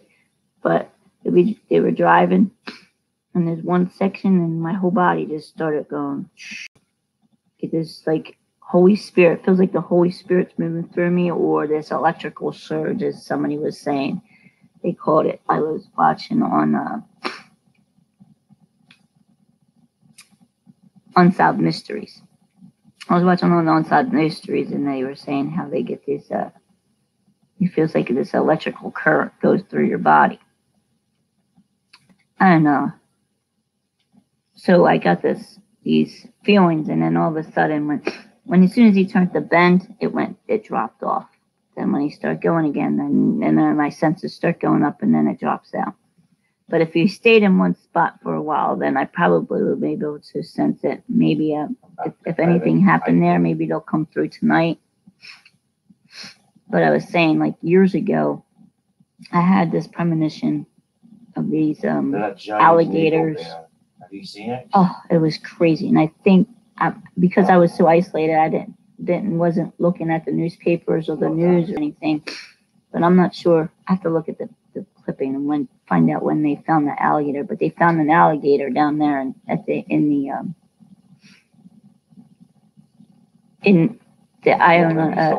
Franklinville Lake. They had to drain the whole lake. So meanwhile, I don't know if it was the same time I was having these premonitions. Like, I mean, it felt like I was right there, and I was trying to save them, and I felt like I was going to get eaten alive, but by these alligators. So, yep, like there was this group of trailers, like a camping site. Is there a camping site near this, like, marsh or something down there in Florida? I don't know where it was at, or where I can picture it. If I close my eyes, I see all these trailers, small ones, little larger ones, but it's like a big camping area. But it's there in like the woods, and it's like the marsh. Like there's not woods, but like those big green leafy plants.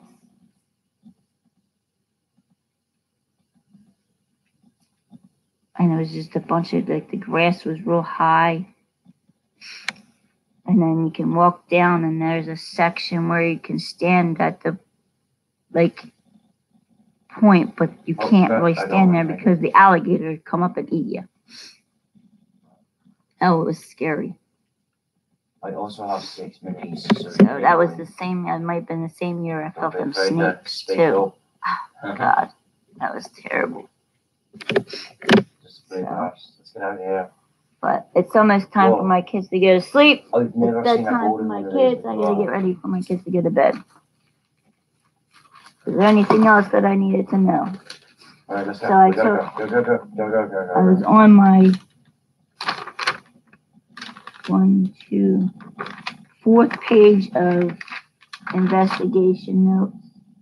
Oh, we're not gonna make this.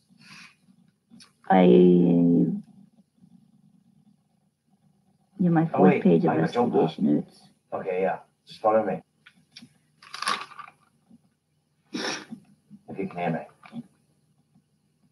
We're gonna go up this hill.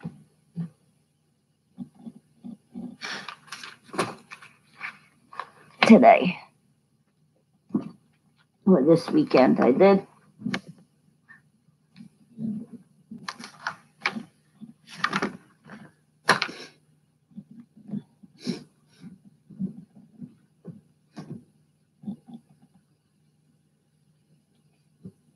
I'm stacking 2 med kits.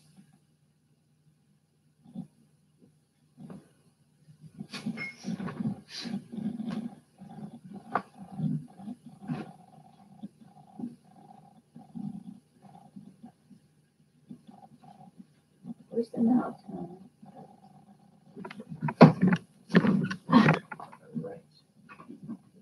You having fun? Yeah.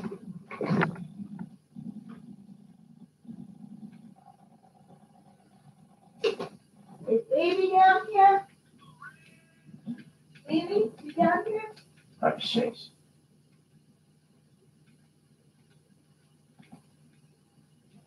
Come here, come here, come here. Jump out, jump out, jump out. Mark, you hungry? I don't know. Daddy's gotta go food shopping. He didn't go food shopping this weekend.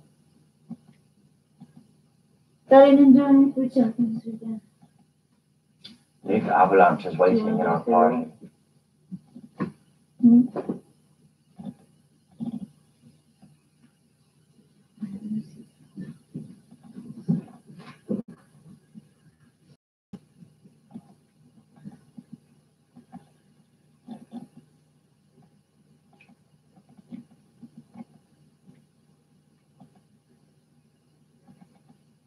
Alright, I think they might be on a hill.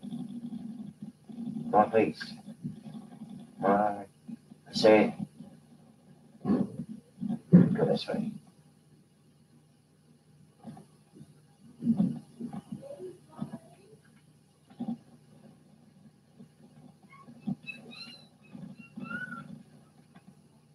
Give me your sniper ammo. You got one too? Oh yeah. I have 13. How many do you have? If you have about the same, then keep it.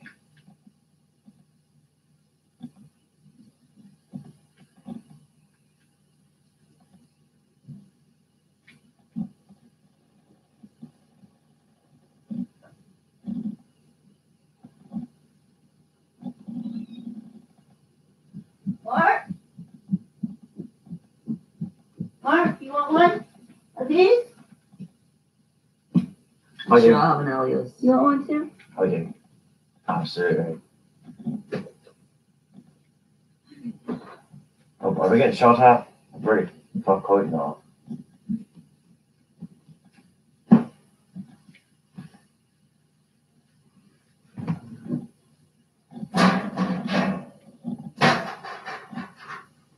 All right. Don't peek your head out. Don't peek your head. No, don't shoot either.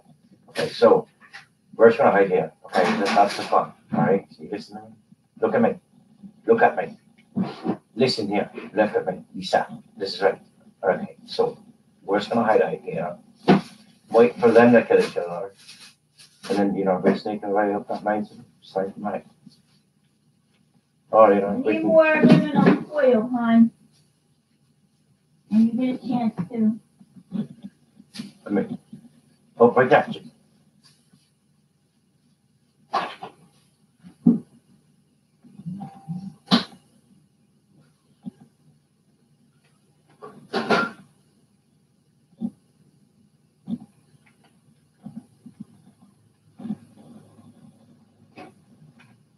Yeah, boy.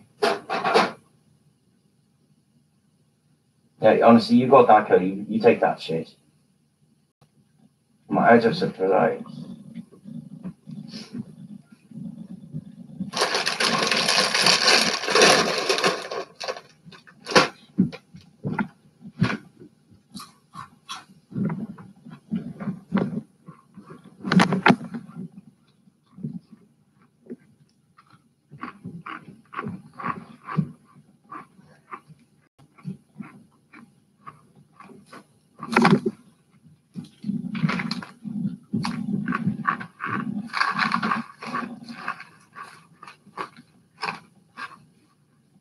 Ready? All right.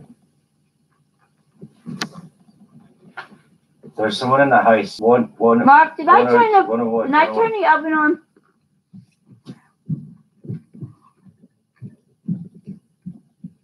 They're in the house. Make cover. Yes. It's on. I don't know. Yes, 425.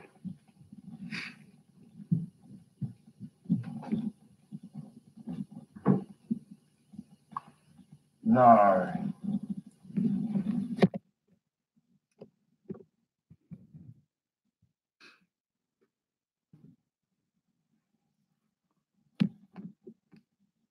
So some asshole steals my car, goes and robs places in my name, robs my family, and then hurts me. Makes no damn sense whatsoever.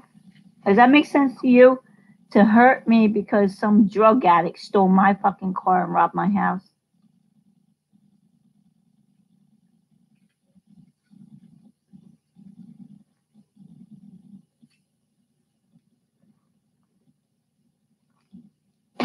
So they want to hurt me.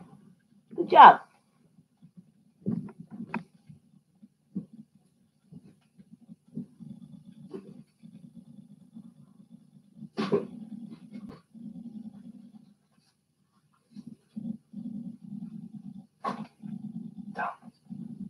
So.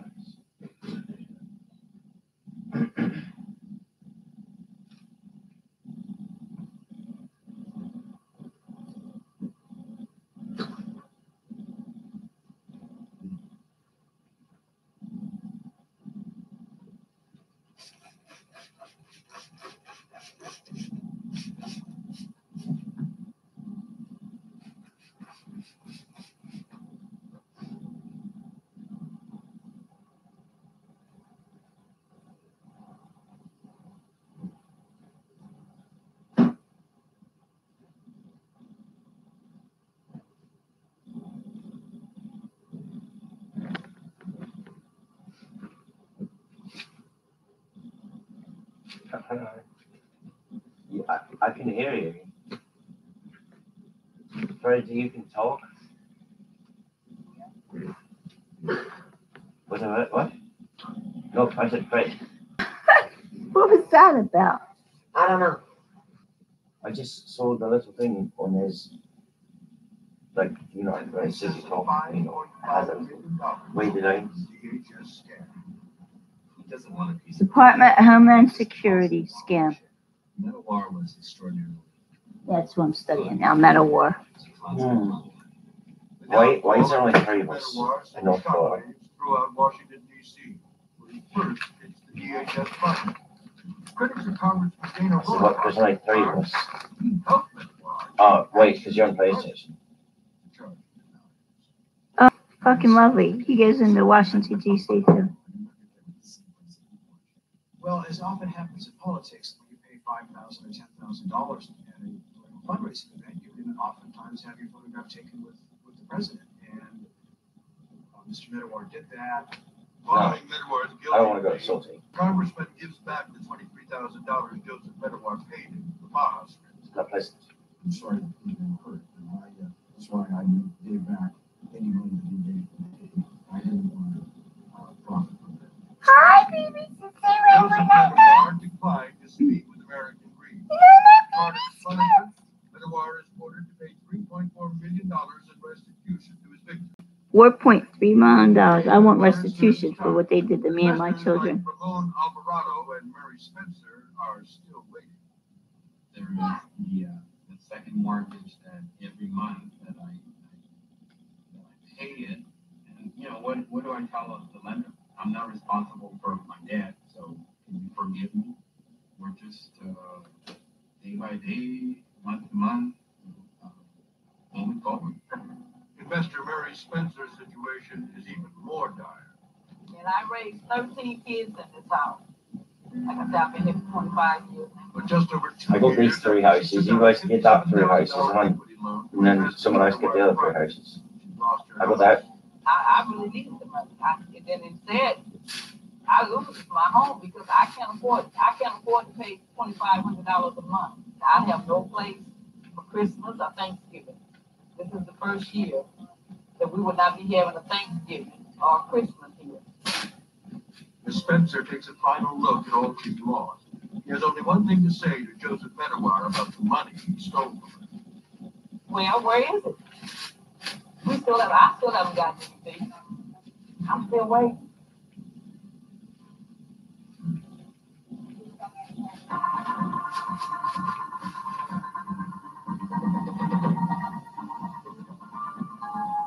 Oh, shit. Yeah, you're probably dead soon. Praise God.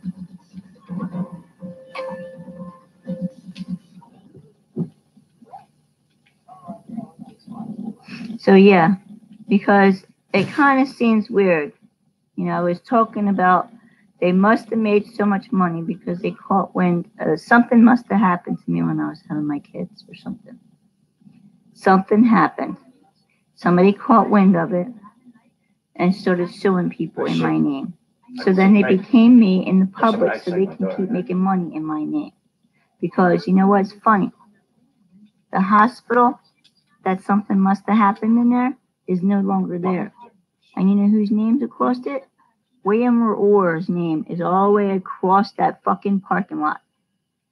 You know where William Orr is? Here in Franklinville, New Jersey, on the freaking planning board and on the zoning boards. You know where else William Orr is? At Rowan University on a building. You know who's the chairman of the Rowan University? Is probably his wife, Linda Orr. So I'm gonna put a circle. It's a big fucking circle. And they're not going to hurt me. They're not gonna bring me down to their level. I don't care how much money they made and how many more fucking buildings they throw up. But the buck stops now. Because if they kill me, somebody else is gonna they're gonna go down one way or another.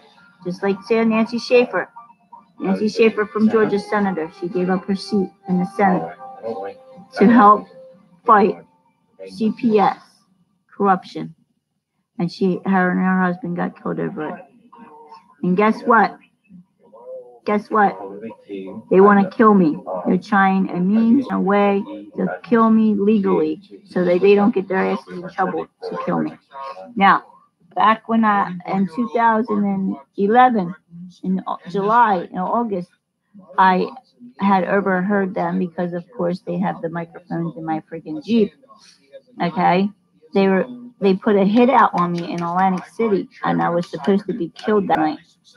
But instead, the bitch stole all my stuff from me. Thought she was funny and took the fuck off. Her and that dude, they were gonna kill me that night. But guess what? I sensed it, and I got the fuck out. And I never returned.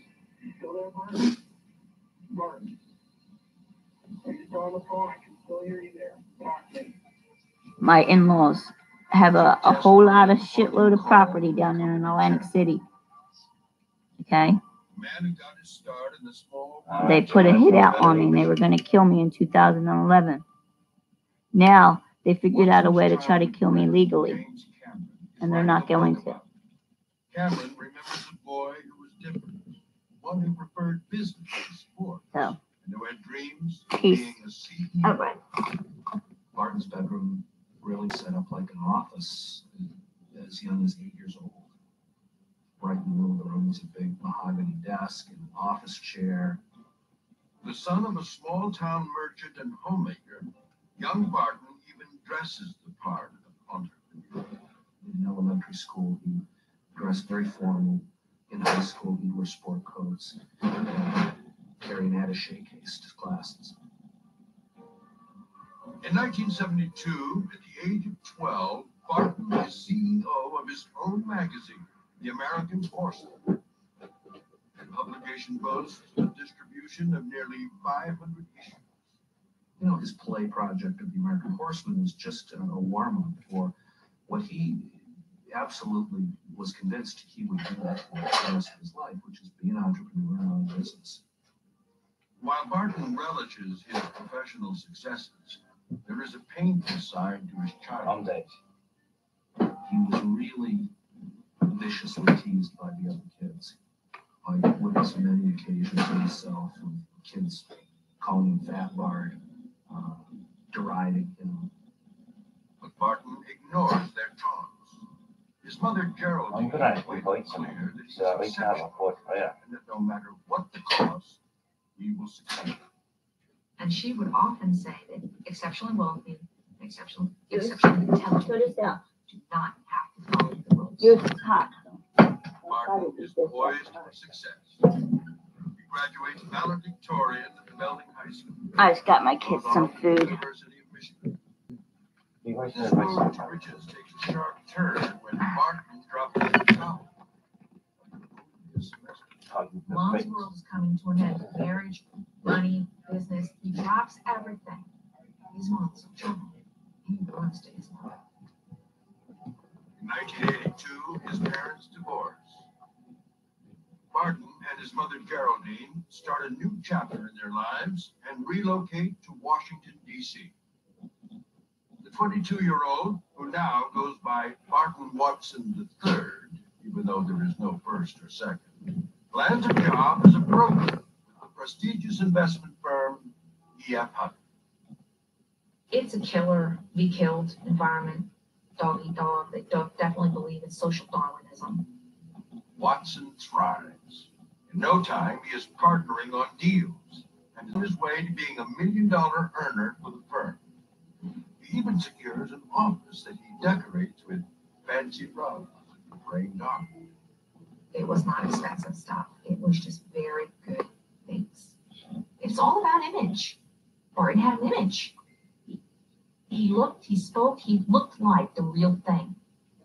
I began to call him Showtime. His ultimate performer.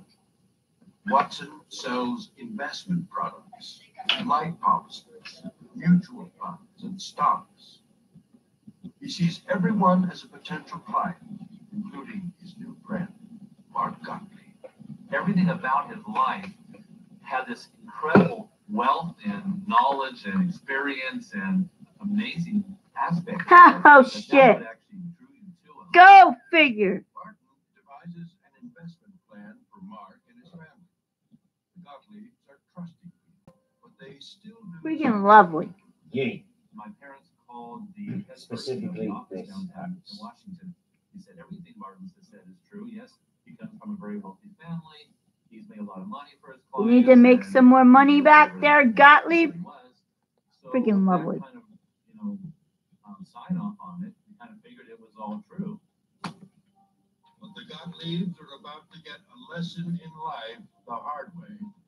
Yeah, so instead they moved to Franklinville and caused me freaking problems because they're trying to make their money back by stealing from me. Lovely.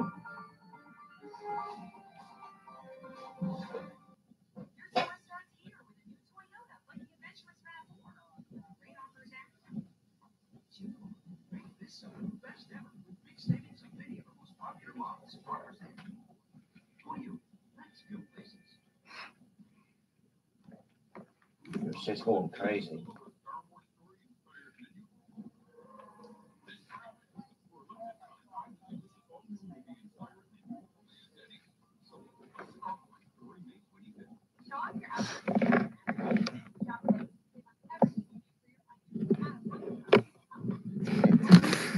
I'm gonna watch a little bit more of this and then I'm going to bed.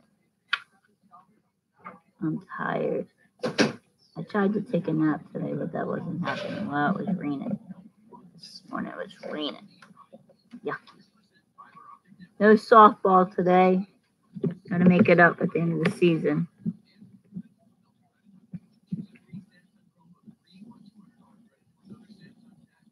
It's weird that my softball is going a little bit longer than normal. I was wondering why we paid a little bit more, because normally it was like a 5-week thing. There was 2 summer ones, but I guess it's, I don't know. I guess it's different. In the middle of the rough and tumble world of finance in the 80s, 23-year-old Barton Watson is living the good life. A broker at E.F. Hutton in Washington, D.C., Watson manages accounts totaling nearly $1 million and is pulling in a 6-figure income. His key to success? Impressing his clients. Barton understood the common denominator of people. That most people can be appealed to at their basic core, greed. I want what you have. You got that, so you must know how to get it. Watson sold his focus. They're my reconnection. Romantic. He starts seeing Dave's friends, who has requested that we not use her name. I was sort of bowled over by this man. He was very, very intense, and he was a big self-promoter. And he actually did a lot of things and promised to buy her the moon and took her out places and bought her things. He was extremely competent flatterer. He made me feel like a princess. The way he talked to me and treated me and praised me. But it's not just true love that Watson is after.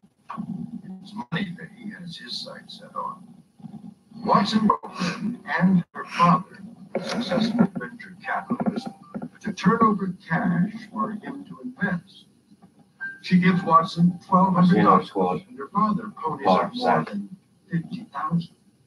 Go to the second house, not my house. Do not come to my house. Do not come to my house. Money to invest. While Watson's business relationship with his girlfriend's father flourishes, their romantic affair starts to fizzle during the trip to New York.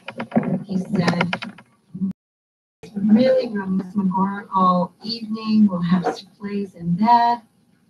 But the next morning, Watson tries to stick her with the tag. I said, I absolutely will not give you my credit card for this. You invited me into this situation, and you're just going to have to figure out a way to pay for it. She senses something is off with her Prince Charming. She breaks up with Watson and demands her $1,200 investment back. He reluctantly returns the money. With his latest girlfriend out of the picture, Watson's relationship with his assistant is heating up. Victoria moves in with him and his mother. She just took over. She was like the maid, No, the don't put him leg, in that house. everything. Why don't you put him on the house in the middle? All of it. I got the check. So like, because that's where we're gonna be at. Right about that. After a year's dating, the couple is engaged. Watson's personal life is on a high, and his career is going gangbusters. He has new clients. He even manages to get his hands on more money from the government. So the original investment was small, and then it kind of grew over the next couple of months. But in my case, it was small money, $10,000 for starting out. Watson convinces the Gottliebs to put their entire $500,000 portfolio to EFA. Martin Watson is playing a shell game. Get in. You gonna mess mommy's papers up?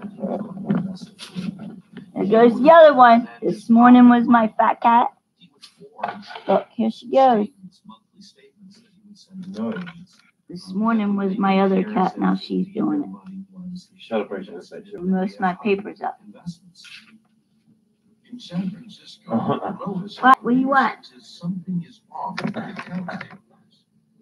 Night after night, she puts her bookkeeping skills to work. When I couldn't make the bookkeeping come out even, why this when I began to wonder what's happening.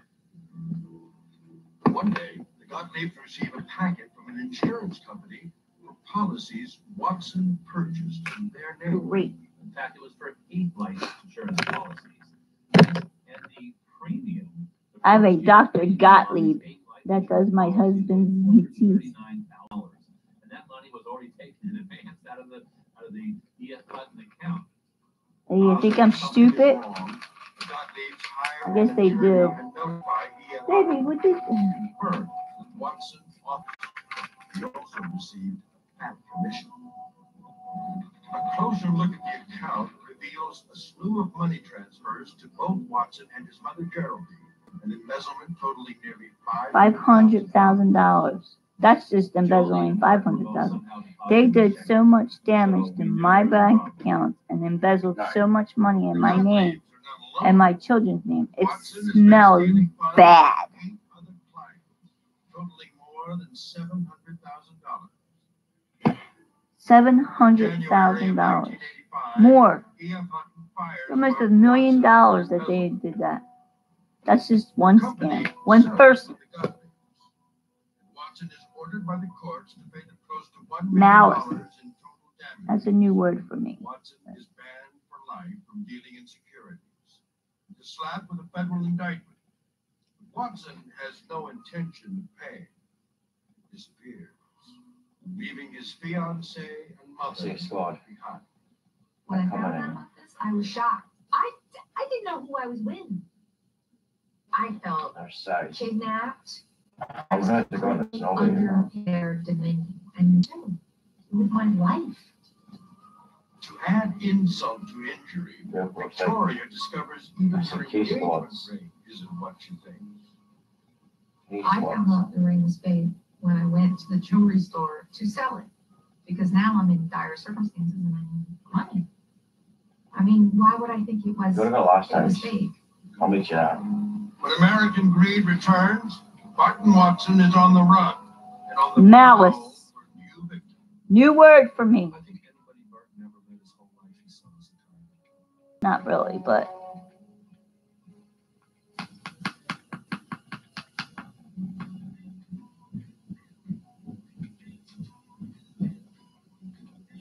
Oh, ready shit. for night-night? Hmm? Shit just went big.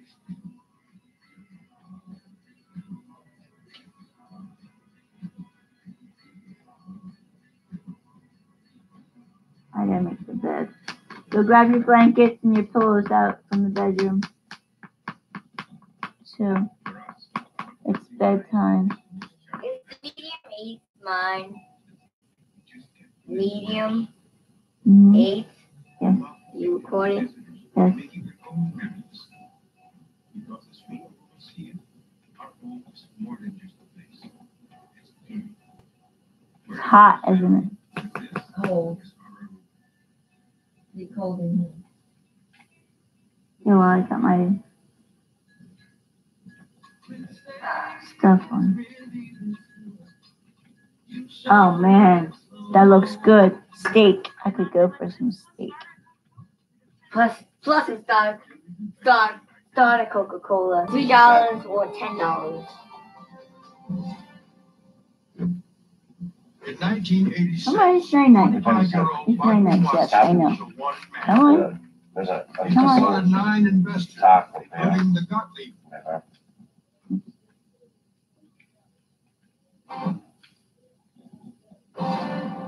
Come In on. 1986, Mark's 25-year-old bedtime Barton and the Watson bed's is a made. wanted man. I'll go to bed. He's defrauded 9 investors, including the Gottlieb family, of more than $700,000. And now he's on the run from the FBI, hiding out in California. After 5 months on the lam, the Go game is kick over you. for Watson. FBI agents arrest him in San Francisco. The Idea FBI for showed up. nights. Barton was right there, and they put him in handcuffs and haul him out and throw him in jail. He pleads guilty to 1 count of mail fraud and is Yes. sentenced to 3 years at Allenwood Federal Prison Camp. 2 years later, Watson is paroled.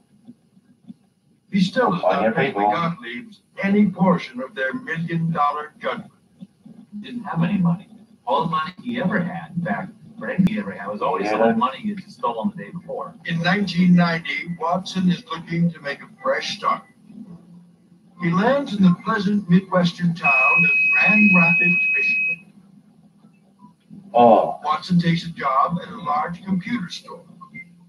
In no time, he's up to his old tricks and looking for new targets. He finds one in co-worker John Strayer. He was said that he was went to the London School of Business, and he had a Yeah, financial good idea. background. He was very intelligent. He Give carried him himself the well, nice he dressed idea. well. He always had the best take that. things, the best clothes, the best phone that's on, that was on the market that day. So yeah, it was impressive. oh, you go with that? Within 6 Oh, months, it's like, Strayer and Watson are roommates and business partners. They create a value-added reseller company called WS Services. Well, we sold hardware, this PCs, laptops, but we also provided all the software and operating systems that went with that. And then, of course, all the services, labor, and everything else to install it, implement it, and then service it once it was completed. In the late 80s and early 90s, the value-added reseller business is booming. And Strayer and Watson make a good team. They decide to rebrand. That's what my cousin was doing. My cousin Natalie, she would buy things, right, and then sell it online. What? Watson. Yeah, Watson. When she was living down in Louisiana, she started this business, online business, and she would sell. Mom, did you leave the oven on again? No, let Daddy's is Daddy's timer go off? Daddy's pizza's in there. Please get over here. Check on it. So my cousin Natalie and her husband John. I'm coming. I'm gonna. Strayer and Watson decide to take CyberNet to the next level and incorporate. In an unusual move, Watson has his wife Krista sign the documents. Barton's explanation for that was. We need to start checking on the oven when you're cooking. And checking on a timer, not just relying on your parents. For all I know, you've probably blown it out by listening to your music so loud. Strayer and Watson share the sales and service responsibilities, but Watson alone keeps the rules. Martin certainly learned his own tricks almost as soon as he went into business with John Strayer. 2 more minutes. Anybody Barton ever met his whole life, he saw as the target. So my cousin started. That's what my cousin did. She buy things, and then her and John started this business online. She would resell clothes. This was back when, oh my God, 2000. And I had my Hotmail account. We were emailing back and forth. I was DEA clerk 872. We emailed. I didn't email her too often. I didn't keep up with her. Keep in contact with her at all. It was like I talked to her for about off and on for about a year, and that was it. Back in 2004, maybe, and then I just dropped off. So meanwhile, she started that business online, and she was selling things. My husband was trying to get me to do this eBay, sell stuff on eBay, but I wouldn't do it. I wasn't going to do that. He sold. He got a book from somewheres, and he had sold a book, a yearbook. He found a yearbook of such and such date, and he was selling them. He sold that online for. That was, I think, the first time he sold something online to somebody. But then I find out that Natalie and John, they started this computer programming business. He programmed. He's a computer programmer. He made computer programs. And him and Natalie started that business, and then they did this online where people from other countries would ask him to revise their. It's almost done. You want to check it? Yes, I pulled it out, and it was still cold because you added stuff to it. You can pull it out. Try it. Is this good enough for you? So then they started this business where, like you can create your own website, right? You create your own website, but you have somebody revise it and see how it looks and look. So then they would revise websites. They're doing that. So between him being a computer programmer, he makes his own computer programs, different programs. I don't know what type of programs he builds, but he builds computers and stuff like that. So, but that's funny. This stupid. That's what they were. My cousin was doing. Now, what year was this? It's a game based. What year was this?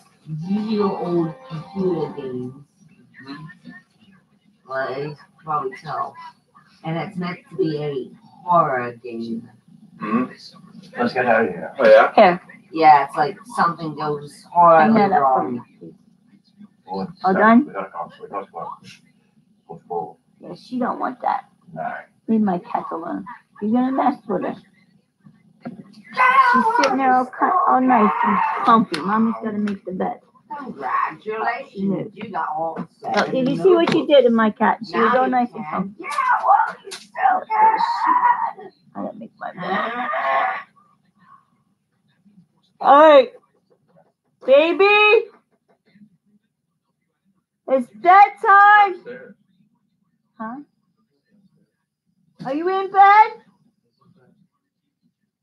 All right. And you get all 7 notebooks regarding that one plot, the guy who voices Baldy literally yells at the top of his lungs, "Get out while you still can." Right. Yeah.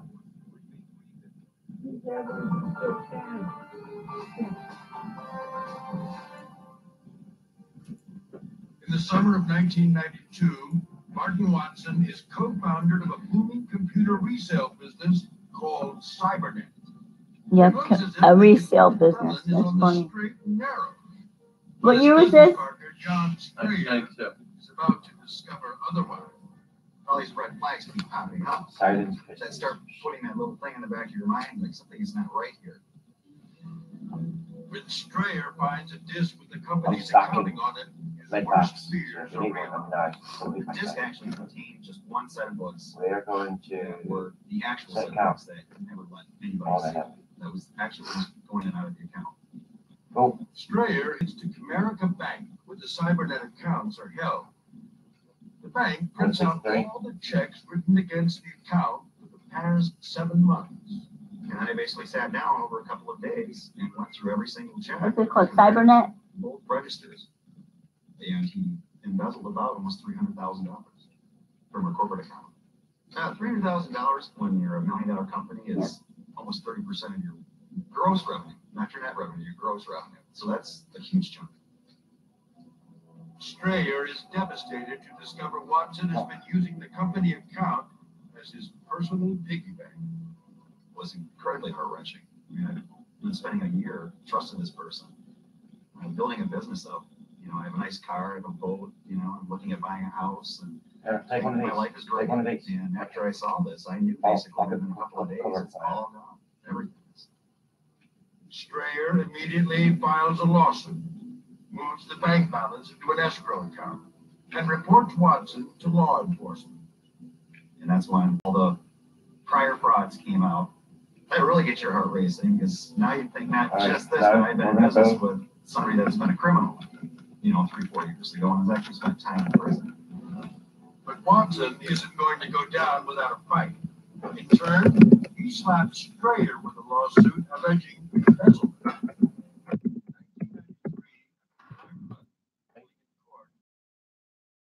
And Cybernet's assets are liquidated. As part of the settlement, Strayer agrees not to go public with Watson's shady deal.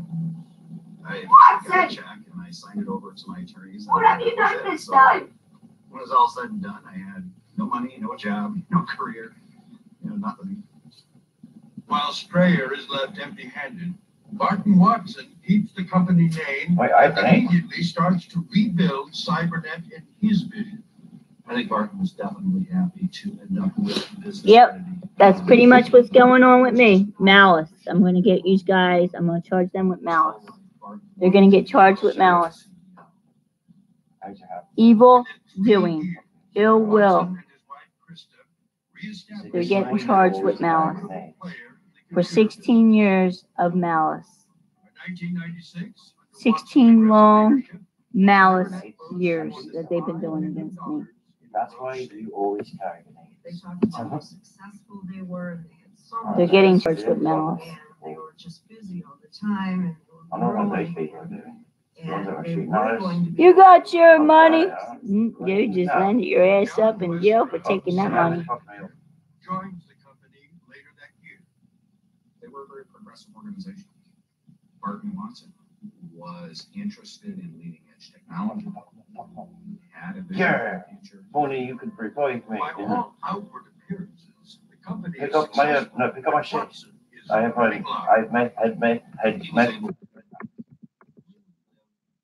want to pick up that shield too. They bought a beautiful brand new home. They were driving nice cars. Watson and his wife traveled first class around the world to exotic locations. I was alive, we'd be dancing right now. Asia, the Middle East. They purchase expensive show horses and amass a rare wine collection. But beneath The glossy Drink the potato shit. lies in a toxic environment.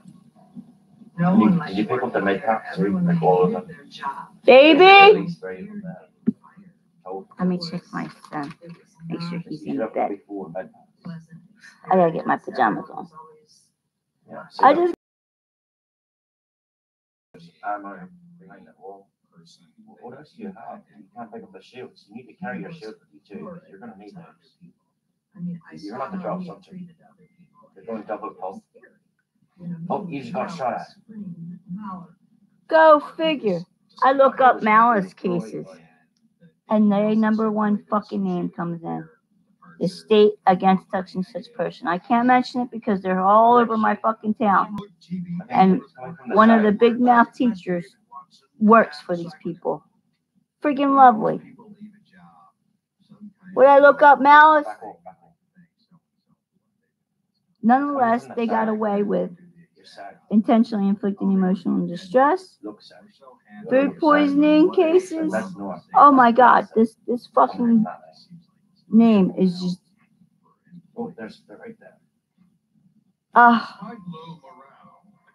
Why am I not surprised that when I look up malice, this fucking case comes up and that one person comes up? The friggin' name of it. Big mouth teacher works for him too. He's supposed to call himself a Christian, a big Catholic Christian too. Good job. I'm glad you work for a bunch of criminals.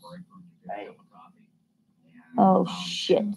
Individuals who I didn't know using hair dryers to take the remanufactured stickers off of compact computer boxes. What's going on with these compact computers? Why are we taking the remanufactured stickers off? And he basically told me it was none of my blank business. Westra knows Cybernet has a contract with the public school system for $230,000 to set up brand new computers. Confident he has witnessed a crime, there's no way Westra can stand idly by. Within an hour and a half of when I found those temporary employees taking the stickers, remanufactured stickers off. I hate learning more shit. I teach myself a lot. That's why they pay fraudulent people to teach me. Because they know that I'm not, they don't teach me, I teach myself. Asshole. Who's my teacher? With the friggin' hairdo? Devins? What was her name? Pretend to be Judge Ingram French. Yeah. Supposedly Judge Ingram French was my teacher for workman's comp for my paralegal degree. Yeah.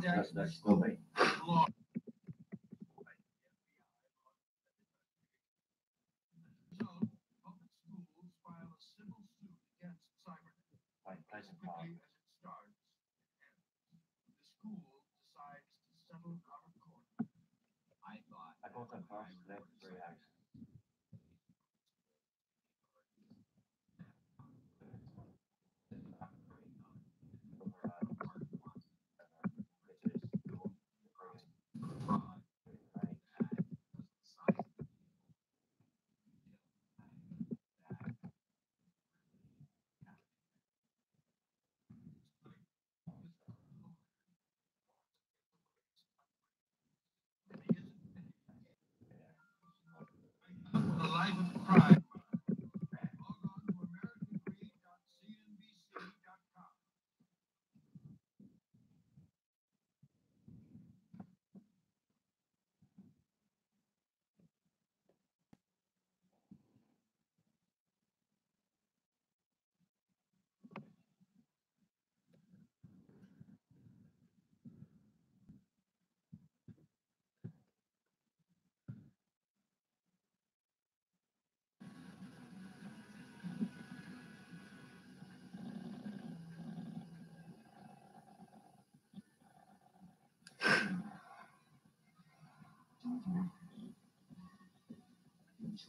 Do you have a gun?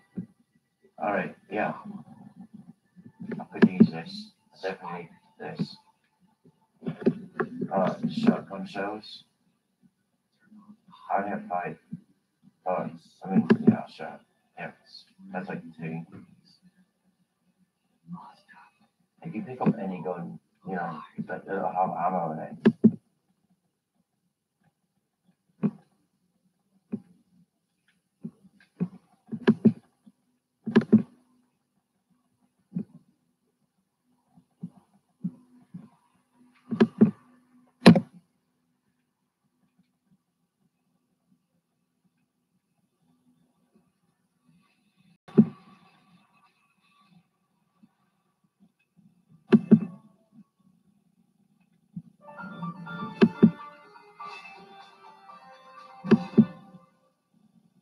In 1996, Martin Watson, his wife,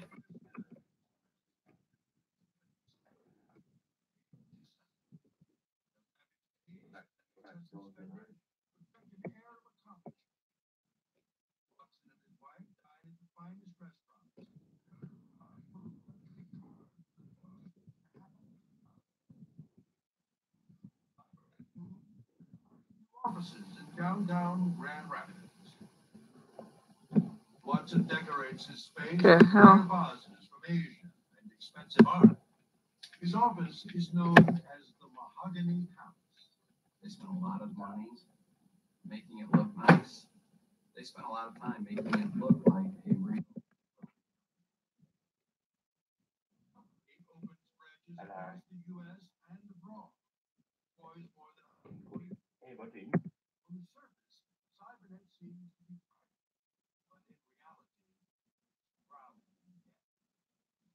Yeah, where's he going? Oh, Cybernet snake relates is financial reports to the banks to secure loans. They needed to cook the books in order to make. They reported to the bank that they were making anywhere from $30 million to $80 million each year. The sounds like a great invention. Legitimately, You had a better day than I did. Using the money from the banks, Cybernet experiences explosive growth, claiming to have 400 employees worldwide. Jesus. In January 2003, Tom Fazio relocates from Chicago to be the vice president of project management at Cybernet. Well, just wait. He is impressed What by are you doing, the eh? company and Watson. Martin was great. He really was. Truly. Both from a technology perspective, mathematics, engineering, he really was a very bright man. It was very much fun to be part of a successful organization. But over the year, Fazio is getting suspicious. Yeah,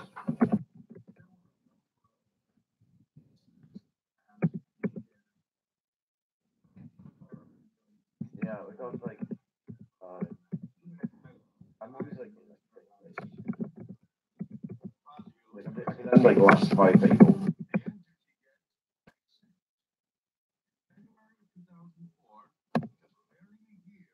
Starting at Cybernet.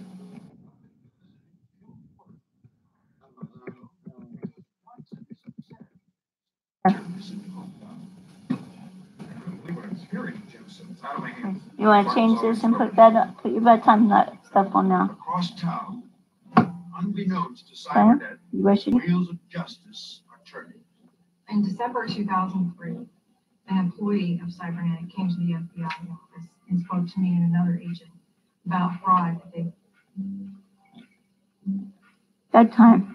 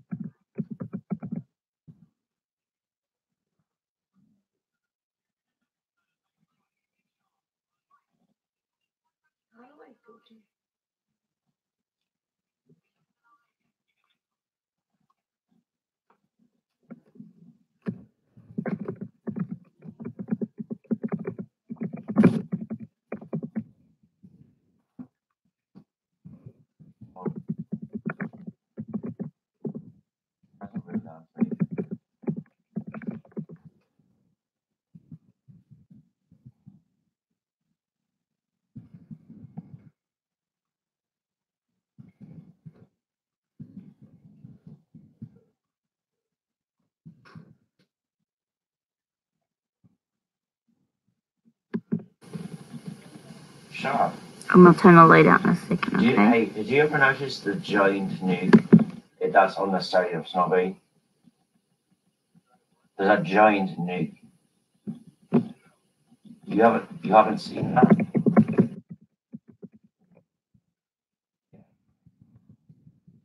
A giant nuke, I never seen it before. It must have came in now. The rock thing that Duncan's got.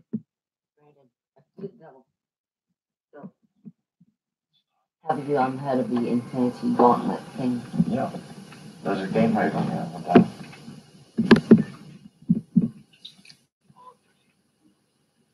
Call of Duty. Yeah, it's okay. I don't go to die. Unless you hear the Screechy Kids.